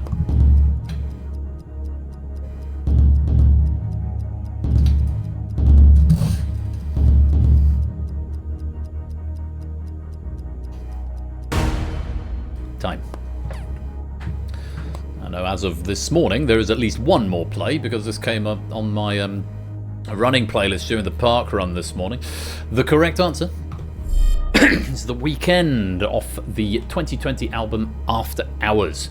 It is a great song to run to if you do any running. I would strongly recommend it. It's a good track. The Weekend was the correct answer. Who was wrong? Yeah, I've got a couple of red chairs there. Nebula's gone for question mark. Pyro's gone for no answer. Jerry and Toucan both going for Drake. Unfortunately, not the right answer. Bad luck to Nebula, Jerry, Toucan, and Pyro. I'm afraid your journey on the Purge is coming to a swift end. Everyone whose chair has gone blue, congratulations, you get to rejoin the game. But for Nebula, Jerry, Toucan, and Pyro, it's the wrong answer at the wrong time, and I'm afraid you have been purged. says 5 players, despite the fact we just purged 4, because I think we have Mr. Vertigo join the lobby late, which is why they're up there in the top left with no colour on their chair, but there's an avatar. It's because of the graphical bug that I still haven't fixed. We reset the breakpoint because we had a purge question. It goes back to what it started, plus 10%, so the breakpoint is now back at 60%. If you just got eliminated there, you can still play along because there's still channel currency, pennies available, and the fun of quiz. So, without further ado, let's go on. Question number 5. I shouldn't tell you that. I shouldn't tell you how many questions are in. It's part of the fun. Anyway, have now. Options are animals, plants. Which living thing's cells contain cell walls?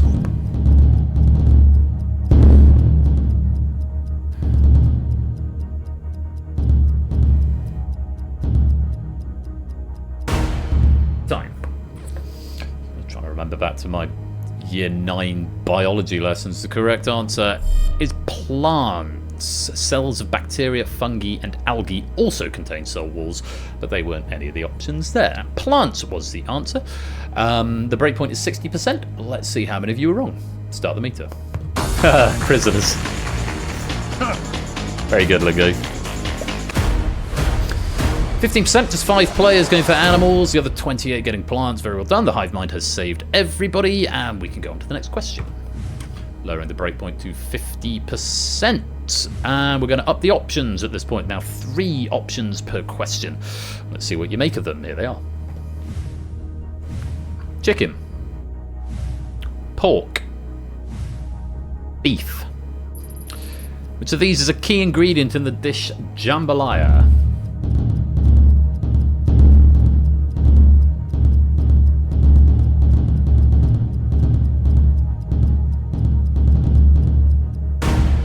Time. Excuse me, I got my runner's cough at the moment. Hot jambalaya. Correct answer. It's chicken. It's a dish of savory rice. A dish of savory rice originated in Louisiana. It's Cajun cuisine, so Cajun chicken on the jambalaya. Breakpoint is 50%. Let's find out how many were wrong. Start the meter.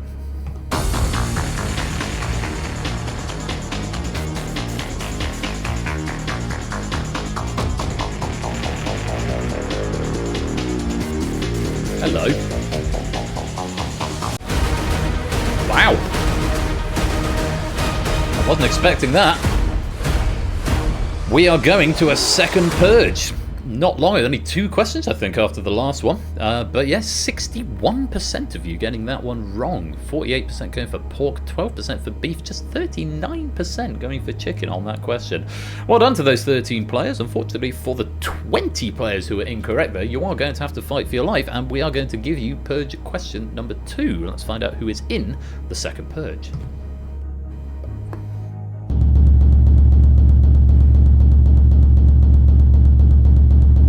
Quite a few of you. JR Proves, well, 20 as I explained. JR Proves, Puzzle Chilled, Rios, Opsy, Nando, CJ, Stimson, Flyboy, Conradlac, Veal Beef, Minky, Zeus, Colin Kegler, Marcini, T, Silver Electron Marks, Velvet Thunder, and Silent Marine. That is a disgrace. Indeed it is. Well, purge question number 2. Full answer required within 20 seconds. If you get it wrong, I'm afraid you will be eliminated from the game. Good luck to all 20 of you. If you're not in this purge, you can still answer 4 pennies. Let's take a look at purge question number 2. Here it is. Which Italian fashion house has the head of Medusa as part of its logo?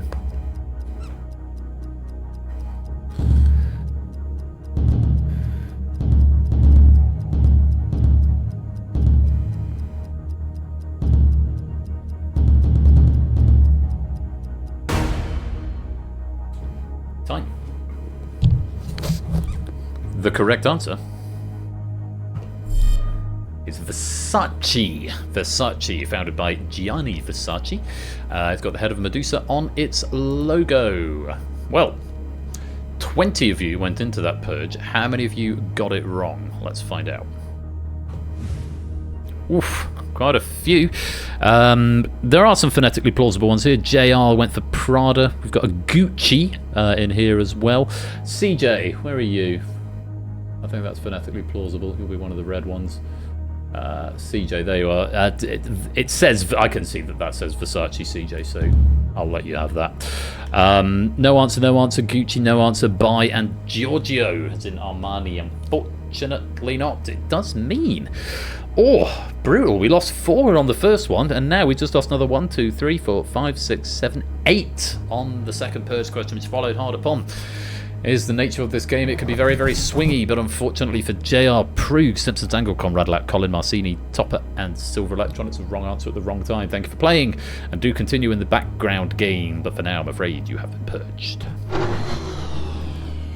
13 players purged, 25 remain. We reset the breakpoint back up to 70%, give you all some breathing room, although we had breathing room last time, and well, it didn't seem to work out quite so well there. Let's see if we can recover from that. 3 purge questions remain, and this, for what it's worth, since I've been telling you along the way, is question number 7 of 20 in the main game, if we get to see them. Let's go on. Question number 7, breakpoint 70%. 3 options, here they are.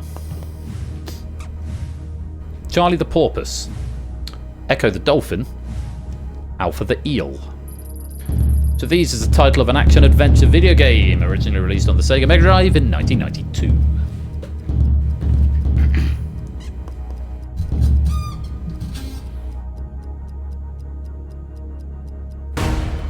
Time. Much as I'd like to play Alpha the Eel, this was a staple game of my childhood, and the correct answer is Echo the Dolphin. Yes, we've got misspellings of the NATO phonetic alphabet there as well. Echo the Dolphin is the correct answer. Let's find out how many of you were right. Excellent game, thoroughly excellent. It was the original Dark Souls, as it was, because it was ball-achingly difficult. Fun fact, they made it that difficult so that you couldn't just hire it from a video rental company and complete it over a weekend. So you had to buy the game. That was the logic that Ed Annunziata, who is the creator of the game, who I've exchanged conversations with at various points, put forth. Sorry, I'm going to stop standing Echo the Dolphin now. How many were wrong? Start the meter. Yes, much harder than Elden Ring. Mainly because it was invented before the internet. 2 going for Charlie the Porpoise, 1 going for Alpha the Eel, 22 going for the correct answer, Echo the Dolphin. Well played. Let's go on. Lowering the breakpoint down to 60%, and let's find out what our options are for this next question. Here they are. English Channel, Atlantic Ocean, Irish Sea. Which body of water separates the eponymous 2 cities in Charles Dickens' novel A Tale of Two Cities?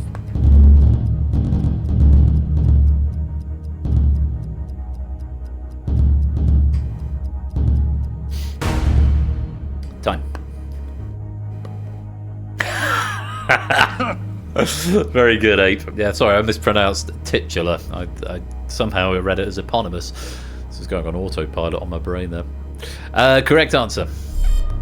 It's the English Channel. It's London and Paris are the cities in question, not London and anywhere in Ireland or London and anywhere in America. London and Paris, England and France. English Channel was the right answer. Breakpoint is 60%. Let's find out how many were wrong. Start the meter. Bestie worsty time. Indeed it was. The bestie worsty time. Alright, about halfway there. But avoiding it, still coming in well under 32% wrong. 4 going for Atlantic, 4 going for Irish, 17 getting the correct answer. English Channel coming in nicely under that breakpoint. Let's go on. Lower it once again, back to 50%, what it started with. This is where the last purge was triggered on the 50% mark, so let's see if we can avoid it this time. With this question, options of which are Emma Stone, Margot Robbie, Emily Blunt. Who won the 2024 Best Actress Oscar for her role in Poor Things?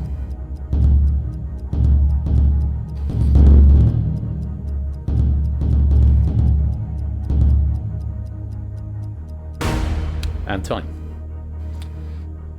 Good solid pub quiz question there. Love an Oscar question. The correct, well, especially when I know the answer like I did for this one. Correct answer, Emma Stone for a role in Poor Things. Emily Blunt was nominated for Best Supporting Actress in Oppenheimer. Margot Robbie was not nominated. I think she has been nominated a couple of times, but not won. I'm fairly sure she got nominated for Barbie in that year, but didn't win. In fact, she was one of the only people, well, one of the only nominations that Barbie didn't win from the nominations that Barbie had, which is sort of slightly flies in the face of what that film represented. Also, I hear, I've not actually seen it, but I've heard positive things about it. Yes, Emma Stone was the answer. Likewise, I've not seen Poor Things or Oppenheimer. I'm not really doing very well on my old cinephile claim tonight, am I? Either way, Emma Stone was the answer. Breakpoint's 50%. How many were wrong? Oh, was she not nominated for Barbie? Did maybe who's Ryan What's-His-Chops was nominated for Best Supporting Actress. That's what I'm thinking of. It wasn't that she didn't win, it was that she wasn't nominated. Yes, so was it. Ryan Gosling was nominated, but Margot Robbie wasn't. That's basically what I was getting at. Yes, Ryan Gosling was nominated for Best Supporting Actress. How many were wrong? Start the meter.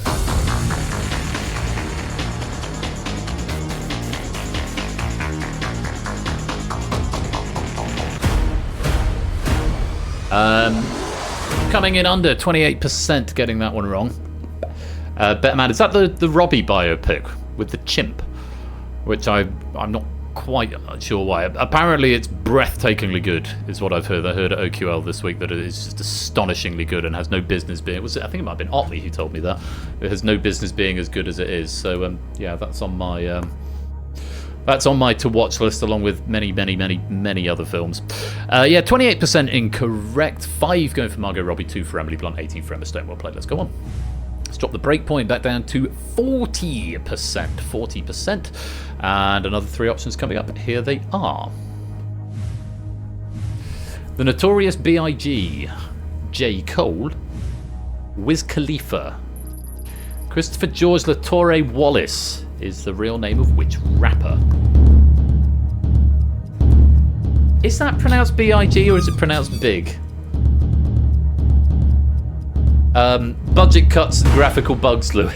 It's because he joined after the lobby locked, and there's a bug where if you join the game after the lobby locks, then you get an avatar, but your seat doesn't ever change colour and your avatar doesn't ever go out. So yes, it's on. It's been a bug for ages. I've just not fixed it yet. Welcome on in, Mr. Vertigo. Great to have you here. Sorry, we're talking about your chair and its lack of light. Correct answer, Christopher George LaTorre Wallace, is the Notorious B.I.G., or possibly the Notorious Big.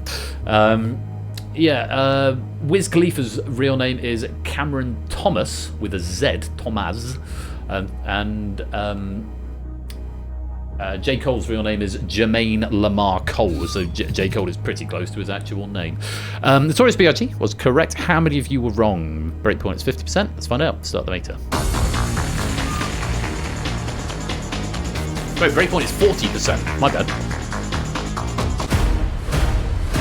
Academic in this case. We've come under anyway. I really need to debug the breakpoint again just before I press that button. I need to know at the end of the responses. It needs to tell me again there.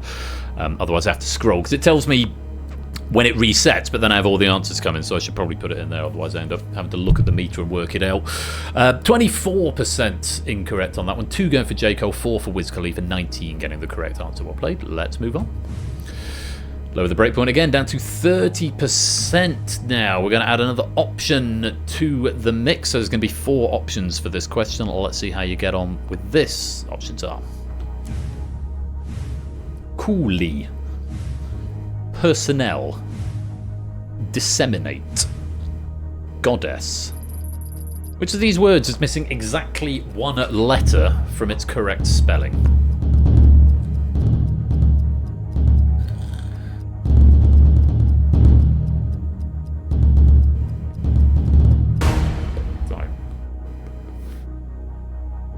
Spelling question, correct answer.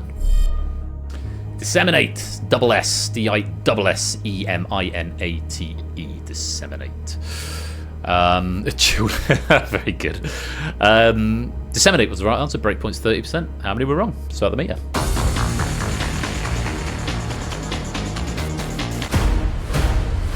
Coming under again, just 12% getting that one wrong.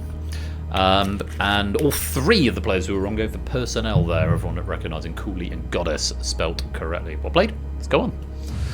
Lowering the breakpoint again down to 20%, getting into squeaky bum territory a little bit. Let's see how we get on with this next question with 4 options. Here they are. Socrates, Plato, Heraclitus, Diogenes. Which philosopher wrote The Republic?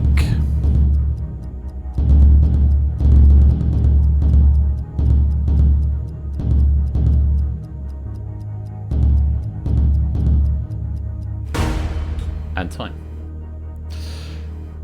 The correct answer was Plato. Plato, he was he one of the earliest ones? What do my notes say? The ordering of the three main Greek philosophers would go Socrates, then Plato, then Aristotle is the other one we talked about. Wasn't an option there. Or remember the mnemonic SPAR, Socrates, Plato, Aristotle. But yes, Plato who wrote The Republic, not Socrates, Heraclitus or Diogenes. Breakpoint's quite low, down at 20%. So, I am a Dalek disseminate. Too coolie for schoolie. Let's find out. How many of you were wrong? Start the meter.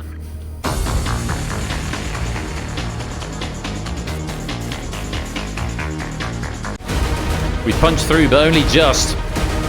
28% giving a wrong answer, including one player who abstained. Just 3 going for Socrates, 2 going for Diogenes, 1 for Heraclitus.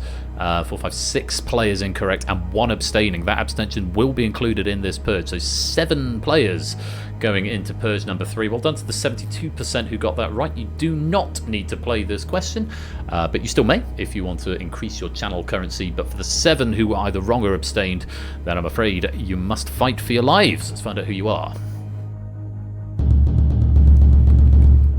AB Me, Nando, Shell, Zeus, Kegler, Like a Party Mole, and Half-Light. All of you incorrect. Full answer required within 20 seconds if you want to stay in the game. Good luck to you all. Here is the 3rd purge question. What word links a German jam donut and a famous 1963 speech by John F. Kennedy?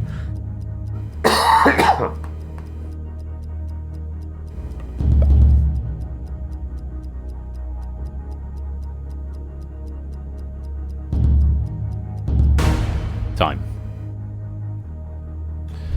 Tricky one. If you don't know, so certainly I would have struggled with. I've seen the answer, so I thought, oh yeah, of course. It's probably one of the most famous John F. Kennedy speeches, and the word is, of course, Berliner. Ich bin ein Berliner was a speech delivered by United States President John F. Kennedy on June 26, 1963 in West Berlin. It was among the most famous anti-communist speeches and one of the best-known speeches of the Cold War, and also a German jam donut, apparently. Berliner. Let's find out how many of you were wrong on that one and who you were. Just 2. Kegler going for peace and Like a Party Mole going for Kugel. Both of those incorrect, unfortunately. Very well done to the 5 players who gave me the correct answer there. You get to rejoin the game, but unfortunately for Kegler, Like a Party Mole, it's the wrong answer at the wrong time, and I'm afraid you've been purged. Some jam donut, they do at Lidl, really. I have to start shopping at Lidl. Do like a jam donut. Mind you, I tend to get the ones from the Co-op, the bakery ones that are like £1.50 for a bag of 5, and then eat them all in one sitting and hate myself afterwards. Breakpoint has been reset to 80%. We have still got a few of you, 23 I think it was. I missed the bug before it went bad. I think we've got 23 of you still in. And we've still got 2 purge questions in the bank. We're into the second half of the main game questions. Let's see how much further we can go as we move on to question number, the next one, because I don't tell you the numbers. 4 options, here they are. King Lear, Othello, Taming of the Shrew, As You Like It. What Shakespeare play contains the 7 Ages of Man soliloquy?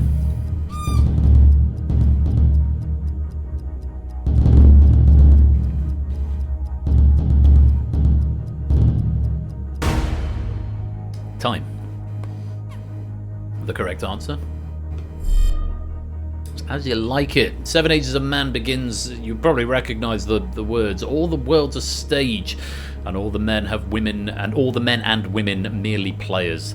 They have their exits and their entrances, and one man in his time plays many parts.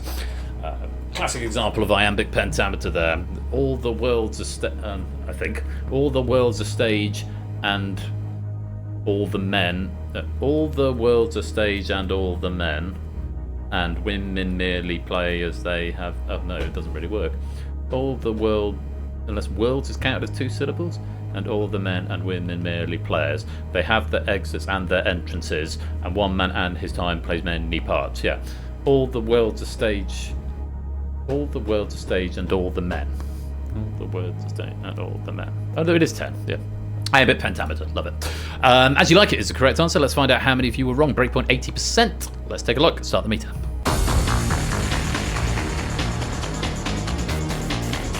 And all the Berliners, yes.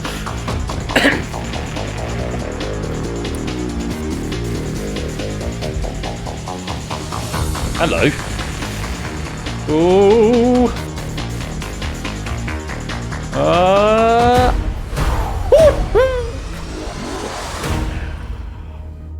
Whew. That got frightening for a minute then, didn't it? Wow. 78%. Never worried. Well, never worried. 78% of you getting that one wrong. Just 5 getting the correct answer as you like it. We were unbelievably close to potentially going into a final purge there, because we could have been down to 5 players. No one's going to retire on the spot if that triggered a purge. To be fair, that was a Shakespeare question I didn't know the answer to. I would have probably worked it out from the options with the from All the World's a Stage, but I didn't know that the name of it was the 7 Ages of Man. To my shame. 9 going for Othello, 6 for King Lear, 2 for the Taming of the Shrew, just 5. 22% getting the correct answer as you like it. Well, those 5 players have saved everybody. We get to go on to the next question, and we lower the breakpoint down to 70%. Let's see what you make of this. Options are Audra McDonald, Laurie Metcalf, Laura Linney, Alex Newell, who won a Tony Award for their performance as Lulu in the 2022 musical comedy Shucked.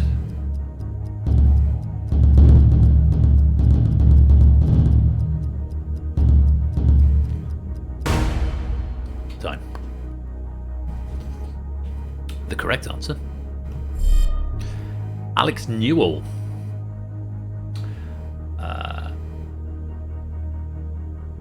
Okay.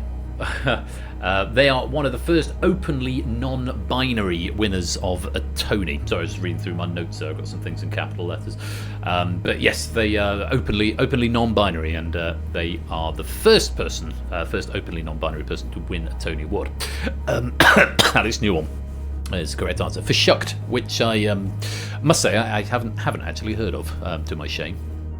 Shame. Yes, shame on me for not having heard of him. I'm very out of the loop when it comes to modern musicals, not going to lie. 70% is the break point. Let's find out how many of you were wrong. Start the meter.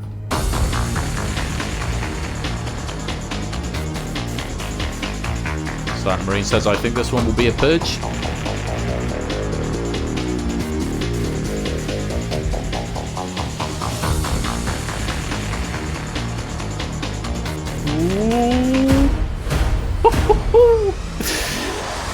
You like to live dangerously. I really need some columns in the corners of this studio. So yeah, 8 Mickey saying what? The rules of this game dictate that you must exceed the breakpoint. If you hit the breakpoint exactly, it does not trigger. Yeah, indeed, ABD. Saved by the greater than or equal to. Or in this case, the logic says greater than. This is from our sponsor, TVP.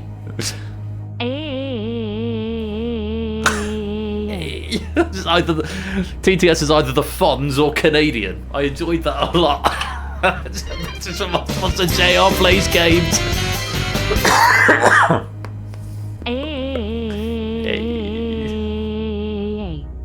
Indeed. TTS is to A. Yes.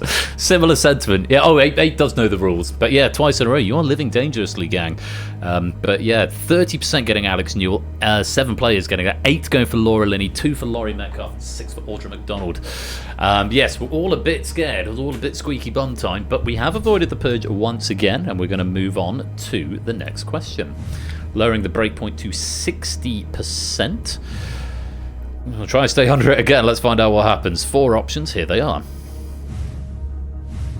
Barrow. Sewer. Shannon. Liffey. What is the longest river in the Republic of Ireland? Sure, thank you, Nata. Thought you might be able to give me a correct pronunciation on this. Barrow, Shaw, Shannon, or Liffey? To be sure. I'm 25% Irish, so I get to I can do I'm allowed to do an Irish accent. It's in the rules. To be sure. The longest river in the Republic of Ireland. I can't. Is Ireland? It's Republic of Ireland, or is that Northern Ireland?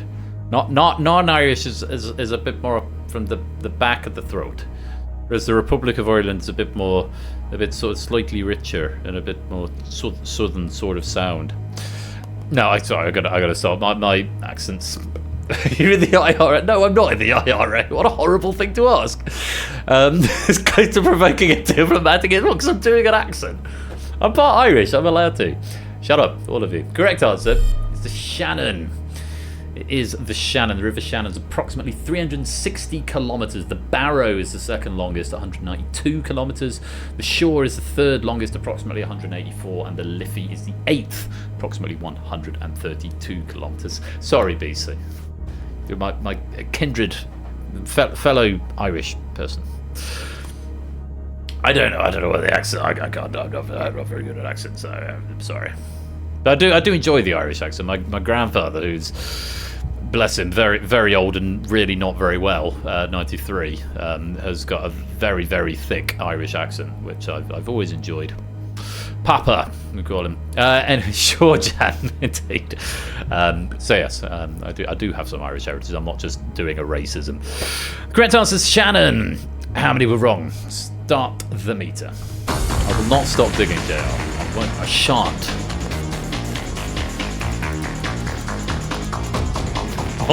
Not even doing a racism. Shanont. 30% of you getting it wrong, 2 going for the Sure, 5 going for the Liffey, 16 getting the right answer, Shannon, 70% of you getting it right, coming in under that breakpoint of 60%. Well played. Let's dream. We're in the breakpoint back to 50% as we come into the denouement of the game. I'm going to up the options. There are now 5. Shannon. There are now 5 options per question. The breakpoint is still 50%. There's still quite a lot of you in the game. Let's see what happens with this. Next question. Options are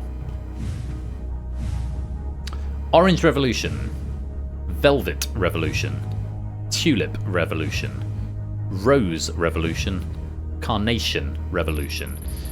The opposition group's Civic Forum and Public Against Violence played a key role in which 1989 revolution?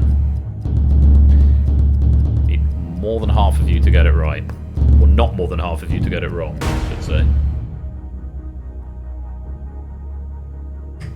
That's time. Correct answer? It's the Velvet Revolution. Took place in November 1989. Carnation Revolution took place in Portugal, 1974-75. That is. Tulip Revolution took place in Kyrgyzstan in 2005. The Orange Revolution took place, it's probably the most famous one of the ones down there, in Ukraine in 2004-2005. Václav Havel, that's how you pronounce it, okay. Václav Havel led the Civic Forum, and now he's Prague's main airport. I'm sorry, I beg your pardon, now has Prague's main airport named after him, #winning. Yeah, Václav Havel, Prague airport named after him. Prague Czechia, indeed. Beautiful, beautiful city. Been there at least twice. In fact, I've been there exactly twice. Lovely place. Velvet Revolution is the correct answer. Let's find out how many of you were wrong. Start the meter. Is it Czechoslovakia? Velvet Revolution? It's been omitted from my notes. Breakpoint's 50%. Hive Mind has saved you, Mark. Czechoslovakia at the time. Yes, obviously now Czechia and Slovakia. Hive Mind has saved you. 13 getting the correct answer, 57% coming in 7% under that crucial breakpoint. 4 going for Orange Revolution, as many as 70%. 2 for Tulip, 3 for Rose, and 1 for Carnation. We do go on to the next question. Still 5 options, breakpoint lowered to 40%. There are a lot of you in play still. Let's find out what happens with this next question. Options are 1, 0, 4, 2, 3. How many sharps are there in the key of C major?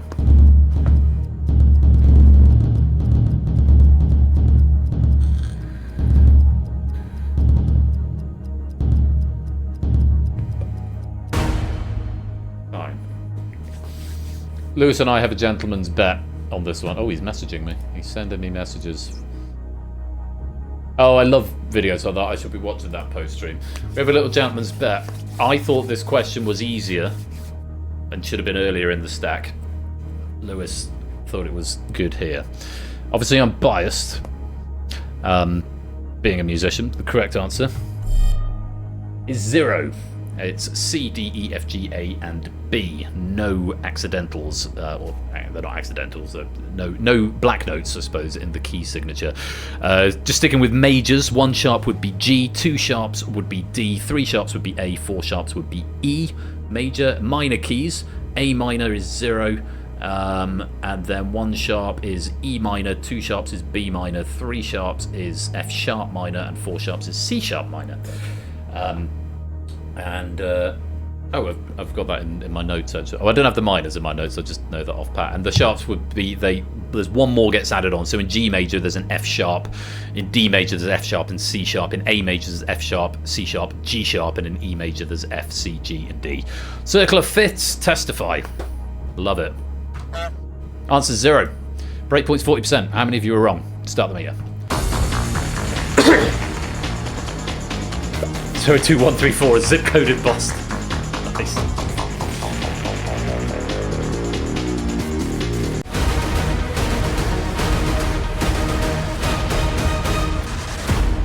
Lewis was right. It was in the right place. It is triggered Purge number 4. 57% getting it right, but it does mean 43% incorrect. No abstentions there. 1 going for 1, 1 going for 4, 2 going for 3, 6 going for 2, which is interesting. Lewis was right. Yeah, I've lost my gentleman's bet. What a shame. Yes, turns out Lewis was right. Well, that's all right then. Yes, it is. Very well done. If you got that, you don't have to answer this question. You may do if you want to continue for channel currency, but for the 8, 9, 10 players who got that one wrong, your place in the game is at stake. A full answer is required. Well, let's find out who those 10 are.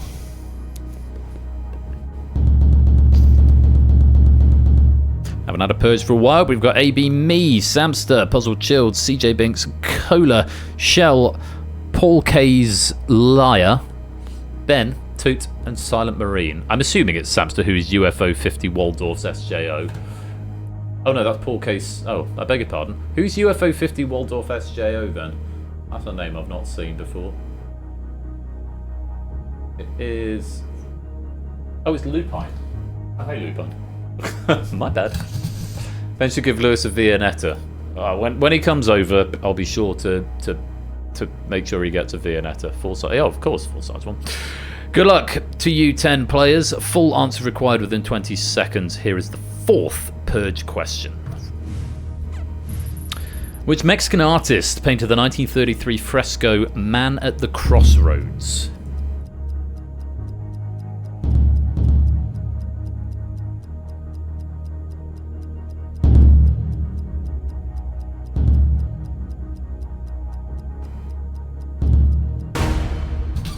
And that's time. A lot of Frida Kahlo's coming in here. That's probably what I would have put. Unfortunately, not the right answer. It is Diego Rivera. Prominent Mexican painter and famed muralist. Creation and destruction of this fresco is dramatized in the films Cradle Will Rock and Frida from 1999 and 2002, respectively. Diego Rivera was the correct answer.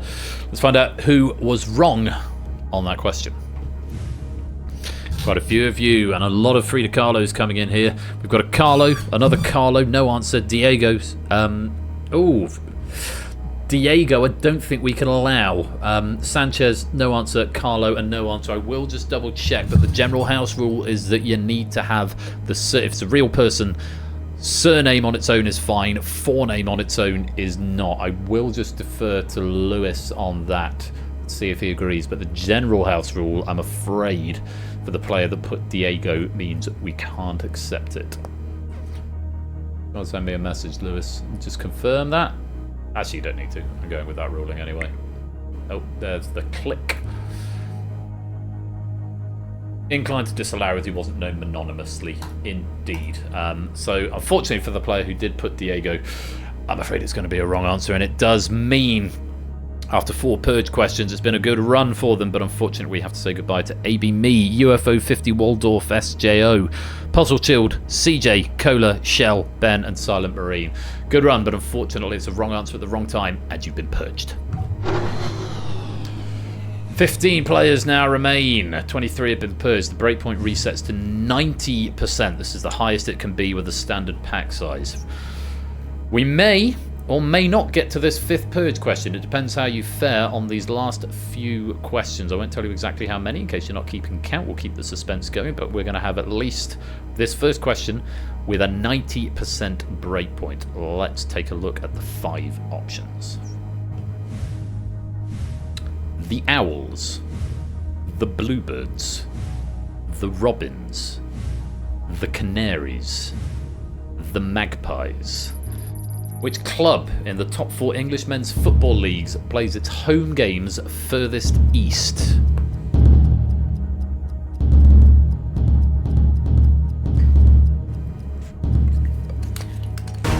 Time. Pour myself a glass of wine. It's growing on me, actually. But maybe the wine, actually, that is making that be a thing. Hey, Google that question, got the Purge. Google that. I have tentatively scheduled it for Season 18 with a reskin, so watch this space. More information on that coming soon. Google that will be returning. Likewise, the Pyramid. More info on that in due course. The correct answer is the Canaries. The Canaries. That's Norwich City. I think that is the easternmost city in England. Famed for playing in a distinctive yellow and green home kit. Football clubs in the top flights known by the Robins include Bristol City, Swindon Town, Cheltenham Town. They're all known as the Robins. Cardiff City and Barrow United are known as the Bluebirds. Sheffield Wednesday, of course, are the Owls, which has just invoked Ash to appear in stream. And Newcastle United, way up in the frozen north, are the Magpies. But yes, those are your bird-relevant teams, and it's Norwich, the Canaries, out to the east. The breakpoint is 90%. Should feel nice and safe, but let's find out how many of you were wrong. Start the meter.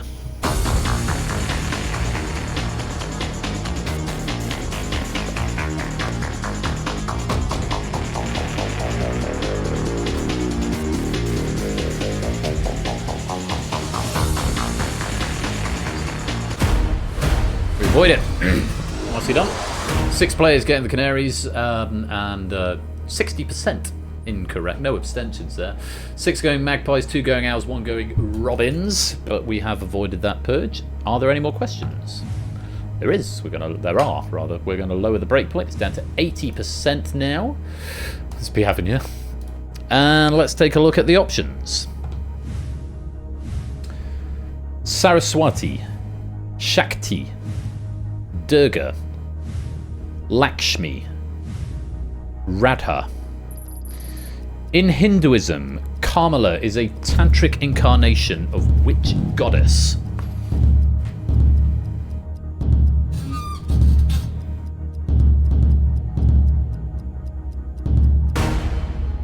Time. The correct answer. Lakshmi, goddess of wealth, fortune, prosperity, among other things, sort of. So you think of Lakshmi Mittal, the 9th richest person in the world. It's sort of nominative determinism of the best kind if your goals in life are the pursuit of wealth. And another lucky guess. How do you know it's lucky before you know it's right? Another lucky guess, hopefully. Well, he said hopefully. As in, didn't know the answer and took a punt, I suppose. Lakshmi is the correct answer. Let's find out how many of you were wrong. Breakpoint is 80%. Start the meter.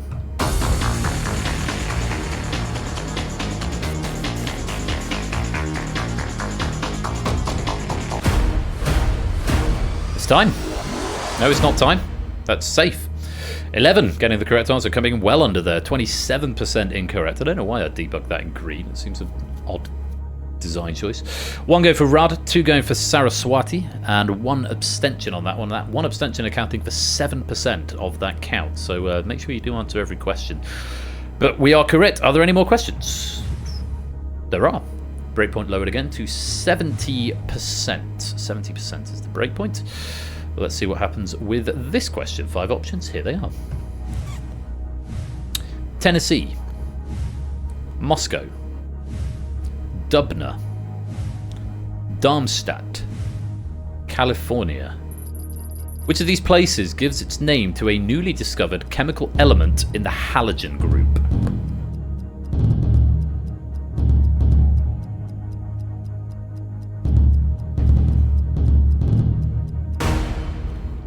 Time. The correct answer. Tennessee, element 117, Tennessine is the new one in the halogen group. So I'm trying to get this wrong. California is element 98, named for California. Dubnium, named for Dubna. Element 105 is named after Dubna, which is a town near Moscow.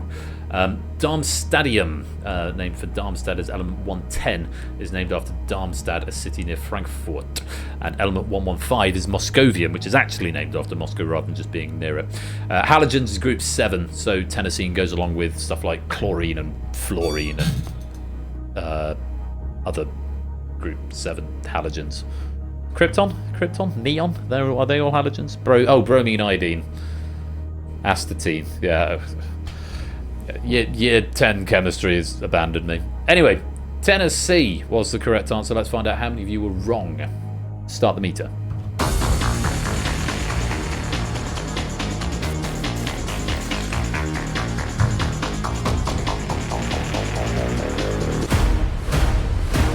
We avoid again. About halfway there, 33% getting it wrong. 2 going for Moscow, 1 for Dubna, 2 for Darmstadt. 10 getting the correct answer of Tennessee. Very well played. And that sound means we have exhausted the 20 questions of the main game, which means we forego that 5th Purge question. It may live to see another pack, but there are no more questions in the main game. And you will notice we also have significantly more than 5 players left. So this is the point where 10 of you are going to be rudely purged without any prior notice. You've done all you can to earn your place in the final, but after 20 questions, certainly in the default pack until I redo the template, after 20 questions, we have a reckoning. And here's how it will work. First tiebreaker metric will be the number of questions out of 20 that you've got right. It does not count Purge questions in this count, so it's questions out of 20 that were asked in the main game correct. That is the first tiebreaker metric.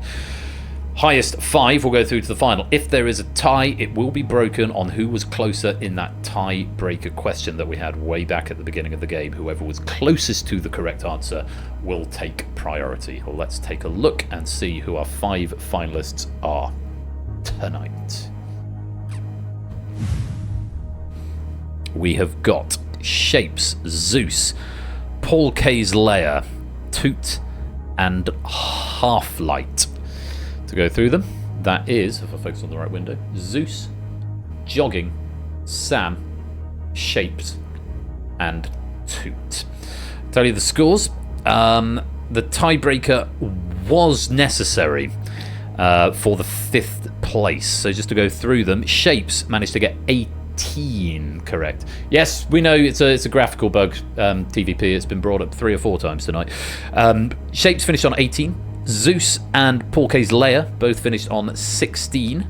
As did Toot for that matter, actually, but Zeus was closest, 46,000 away. Paul K's Leia, 125,000 away, and Toot with something that looks suspiciously like int.max value. So Toot presumably not getting an answer in for the tiebreaker, but still managing to get 16 questions right, and just sneaks into the final. We've then got Half-Light, aka Jogging, Mark, Riff, and Miss Mazeppa all on 15. But it's Half-Light who makes it in, as they were just 50,518 away. Next closest was Mark, 111,751 away. Then Riff, 124,084 away. And then Miss Mazeppa, 127,084 away. So all pretty close.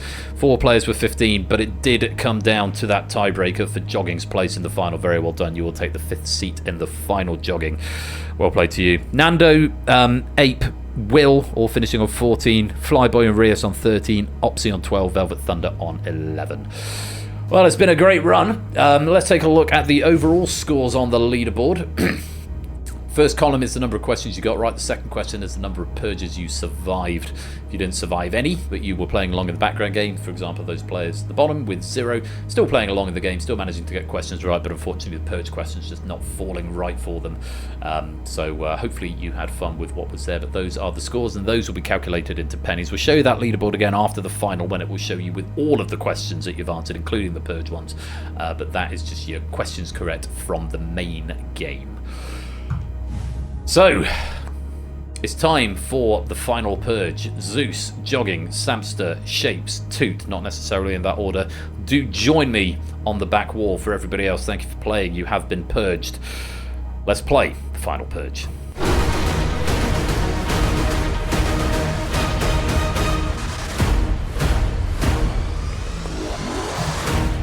Shapes coming in as the high scorer means he is going to have the decision as to who is going to go first.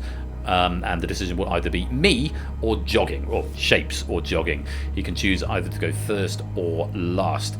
Quick overview of the rules for those who haven't seen it before, and for those who are in the Purge final who maybe want a quick reminder how it works. You are shown half a question. Based on that half a question, you have to decide whether you're going to play it or pass it. If you're going to pass it, you must tell me who you're going to pass it to.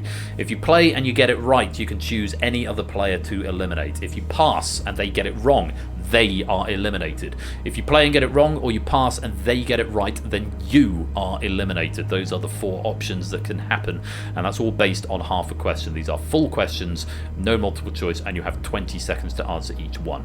Even if you are not the focus player finalist, you can still answer every question at this point. They are still worth pennies, and it's useful data for me if you pass a question and then end up getting it right, or if you, or whatever. It just makes an interesting commentary on it.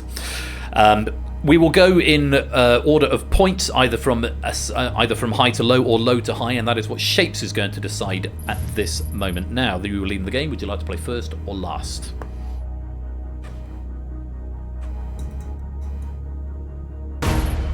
Shapes is going first. Head on into the gauntlet. Try and get an advantage. Get that first question right, or pass it to someone who's going to get it wrong, and then go from there. Of course, if you elect to go last, then you open yourself up to being targeted by other players, potentially. Because obviously you come in the strongest position, you might be the biggest threat. Let's see who can emerge victorious. This is a very strong lineup tonight. Good luck to you. In fact, I think at least 3 of them are on the same OQL team, aren't they? Am I making that up? I think are 3 of you on the same OQL team? This could be interesting. There might be some tears before the end of tonight if that is the case. Well, good luck, Shapes. You're up first. And a quick reminder to all 5 of you, if you are choosing to pass to a player, 4 if we can bribe Zeus. But not Toot. I don't know if Toot has his own OQL team. He's an OQL team all on his own, maybe. If you are passing to a player, double check your Unicon, which is a nice shorthand that Ape gave to me earlier on, which I love and I'm adopting.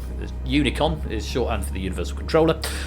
Double check which player you're nominating, because the order on the device will not necessarily be the same as the order shown on the broadcast, so do double check.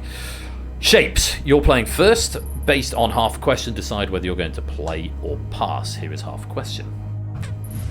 Which river? I can tell you it's not half a question. There's more than 2 words, more than 4 words rather in the question. But that's all you're getting for now. This has been passed to Paul K's Liar, aka Samster. Samster, you're going to question that starts which river? Oh, were you now?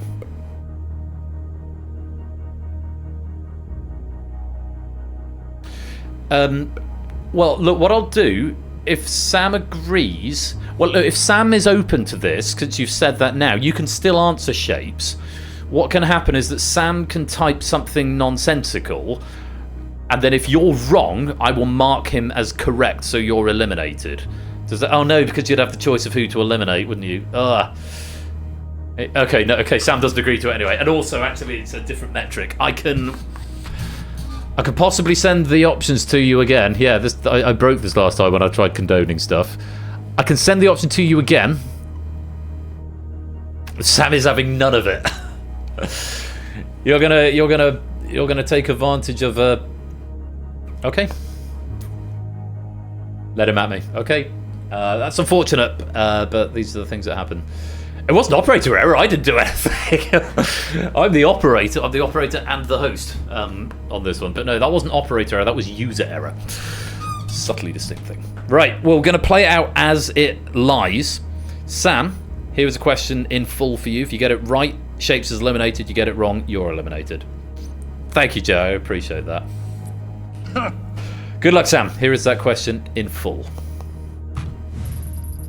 Which river is in the title of a 1988 song by Enya that reached #1 on the UK singles chart? Sam not wasting any time.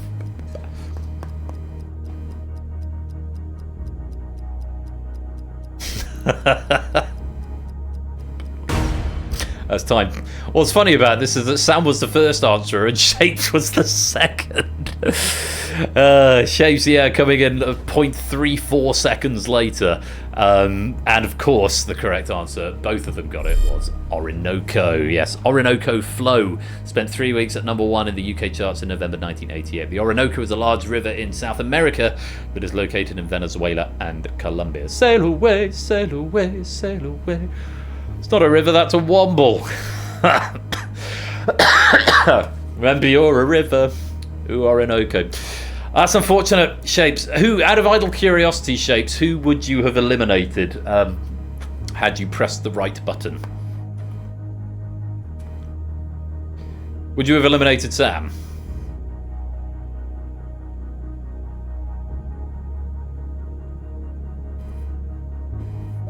I'm curious. Who would you have chopped?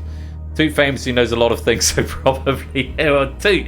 You've been saved by user error on this part. It is unfortunate that Sam playing a brutal game. I'd say we could have done it again, but it's the rule of the game. I'd have killed me. You would have done. Orinoco is the right answer. Bad luck on that one, Shapes. It was a correct answer. It was a bad pass. For more than one reason, unfortunately, you have been purged.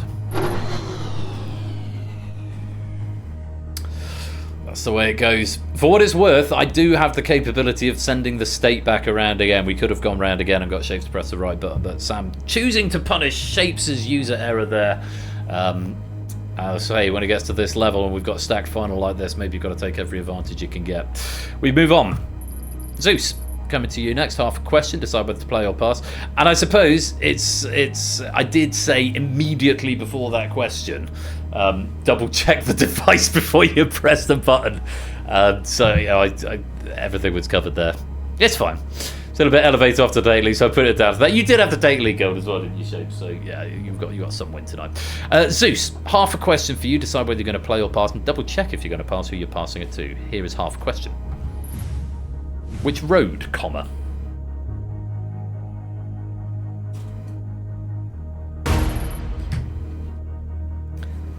That's the button you should have pressed, Shapes. And Zeus is going to play this question. So if you get this right, you can choose to eliminate Sam 2 or Jog.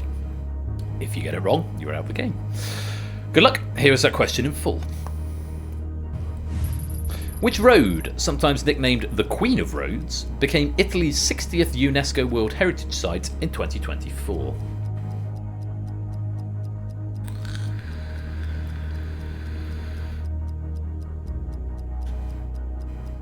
Five seconds. Time. Could have given the Queen of Roads to the King of the Nerds. Could have done. The correct answer and Zeus's response. The Appian Way. Zeus going for Italy has roads. I did slightly smirk at that as I saw that answer come in. Jesus, welcome to the stream. Welcome on in. Good afternoon to you, my dude. Hope you are keeping well. And Flyboy, welcome on in as well. I think you've possibly been here a while, but welcome all the same. Italy has roads, believe it or not, is not the correct answer. One of the first main roads in Italy, this ancient paved Roman road initially linked Rome to Campania, beg your pardon, before being extended to Brindisi. Construction on the Appian Way started in 312 BCE. Long time ago. Wrong answer, unfortunately. Zeus could have passed that one for what it's worth. Toot got it right, but the other two got it wrong. So, pass to anyone other than Toot, and you could have still been in. Oh, you could have had such joy. What a shame. What a shame indeed. Unfortunately, Zeus, I'm afraid you've been purged. Sam! You took advantage of Shapes' misclick. Is karma going to come back round and have its way with you? Half a question. Decide whether to play or pass. If you're passing, check whether it's going to Toot or jogging. Half a question. Which hill?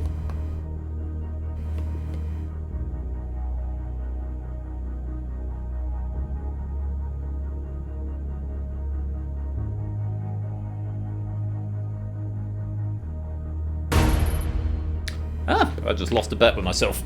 I thought you'd pass this one.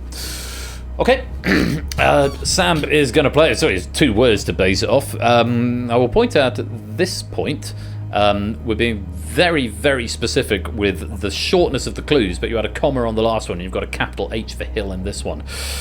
Good luck. That question in full. Which hill made 9 receptions for 105 yards during Super Bowl LIV in 2020, more than any other player? I think that's 54, but I could be asked to work it out.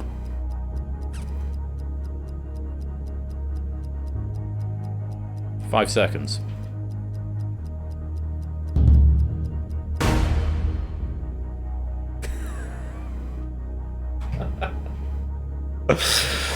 The correct answer in Samson's response.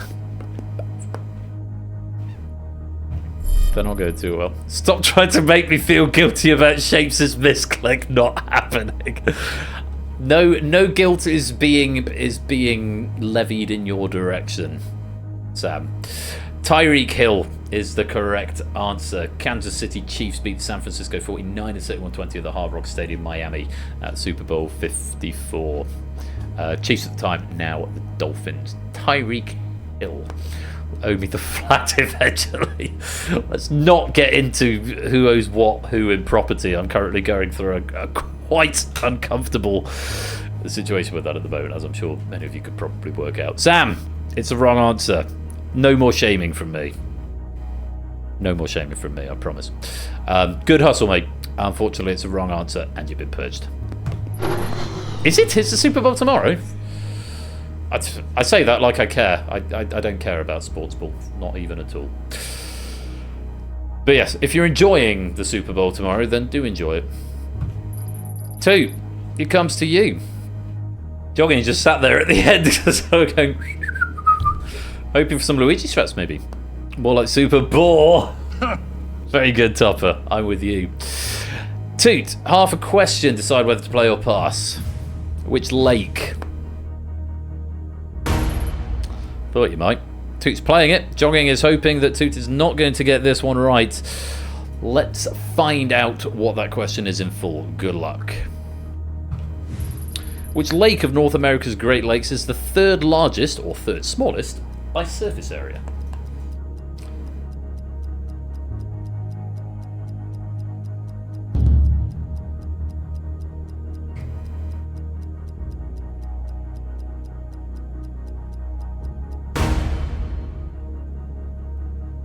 Time. The correct answer and Toot's response.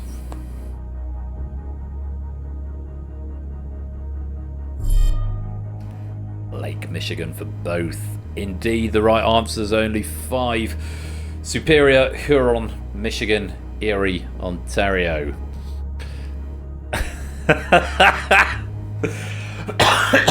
Let's just take a look and see how Shapes actually fared on those questions at the end there. We got actually got all of them wrong apart from the first one, so we don't quite know what would have happened. But he may have still been there, but Toot could have been eliminated, and then, I don't know, it's difficult to say how it would have gone down other way. Love being given the one question I didn't know. Oh, isn't that always the way? What a shame. What a shame indeed. You tell him, JC Denton. Two, it is a right answer, but you will have the final word because them that passes the sentence must swing the sword. Please tell me who's being eliminated. No Luigi Strats for the win. Half-Light has been chosen to be purged. Joggy, you had a nice quiet finale there. I thought you might get away with it and go on to take the win, but alas, not to be. I'm just going to check the medal cabinets just because I haven't at this point. It would have been your second Purge gold on that one, Jogging. Alas, not to be. Toot, on the other hand, is taking his 7th gold. Samster would have been making it his 5th. Zeus would have been making it his 2nd. And Shapes would have been making it his 4th. So all of them have won the Purge in the past, but for Toot it's 7th, I think. Unfortunately, Jogging, you have been chosen to be purged. Thank you very much for playing. You've been purged. This is, for me, a load of twaddler. Oh, what a shame. CEO of Quiz wins this time. Indeed, he does. It was a brutal run to get there. And he played a great game. And 5 formidable finalists, has to be said. But at the end of it all, there is only one winner. Congratulations to Toot. You have survived the Purge.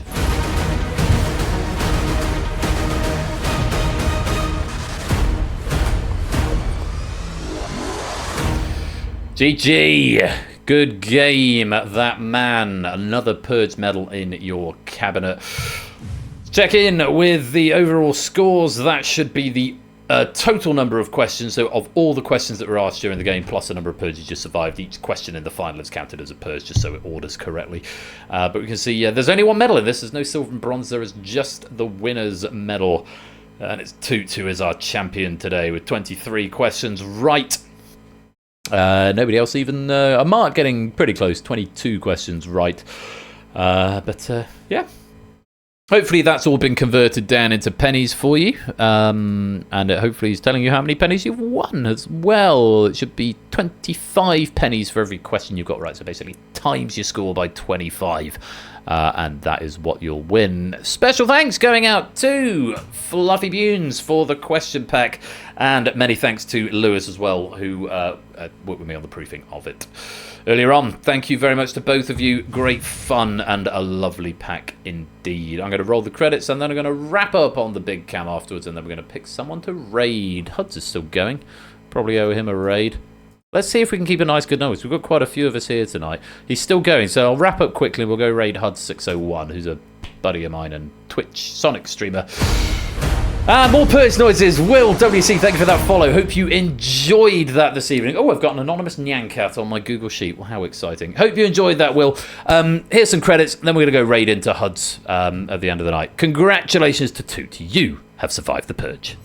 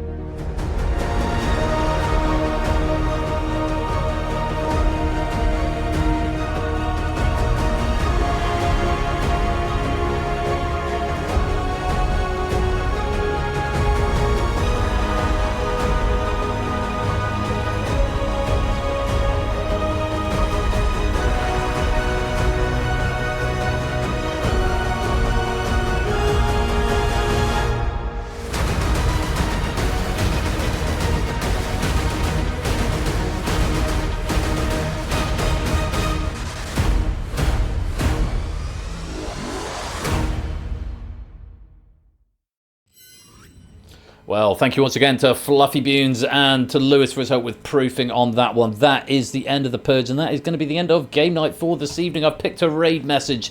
I got it down to 2. Apologies to any Americans. Dragon getting 50 constellation pennies, but it's going to be Lewis's. Custard is a good idea for that. Let's give Dragon some penny. Oh, what's your full username, Dragon?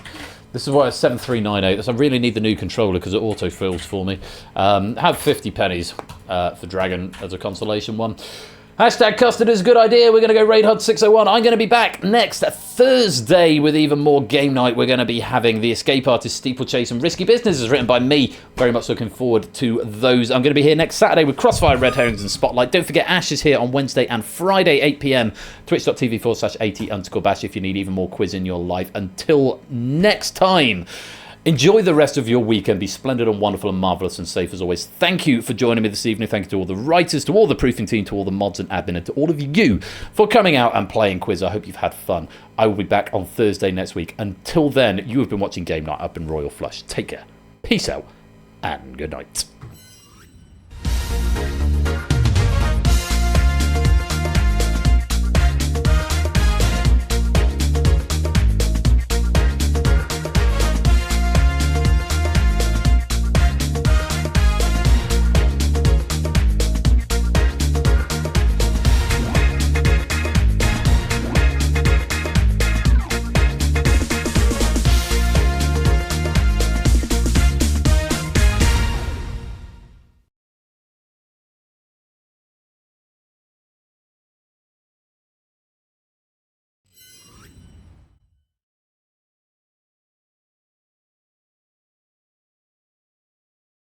Some really awesome pools.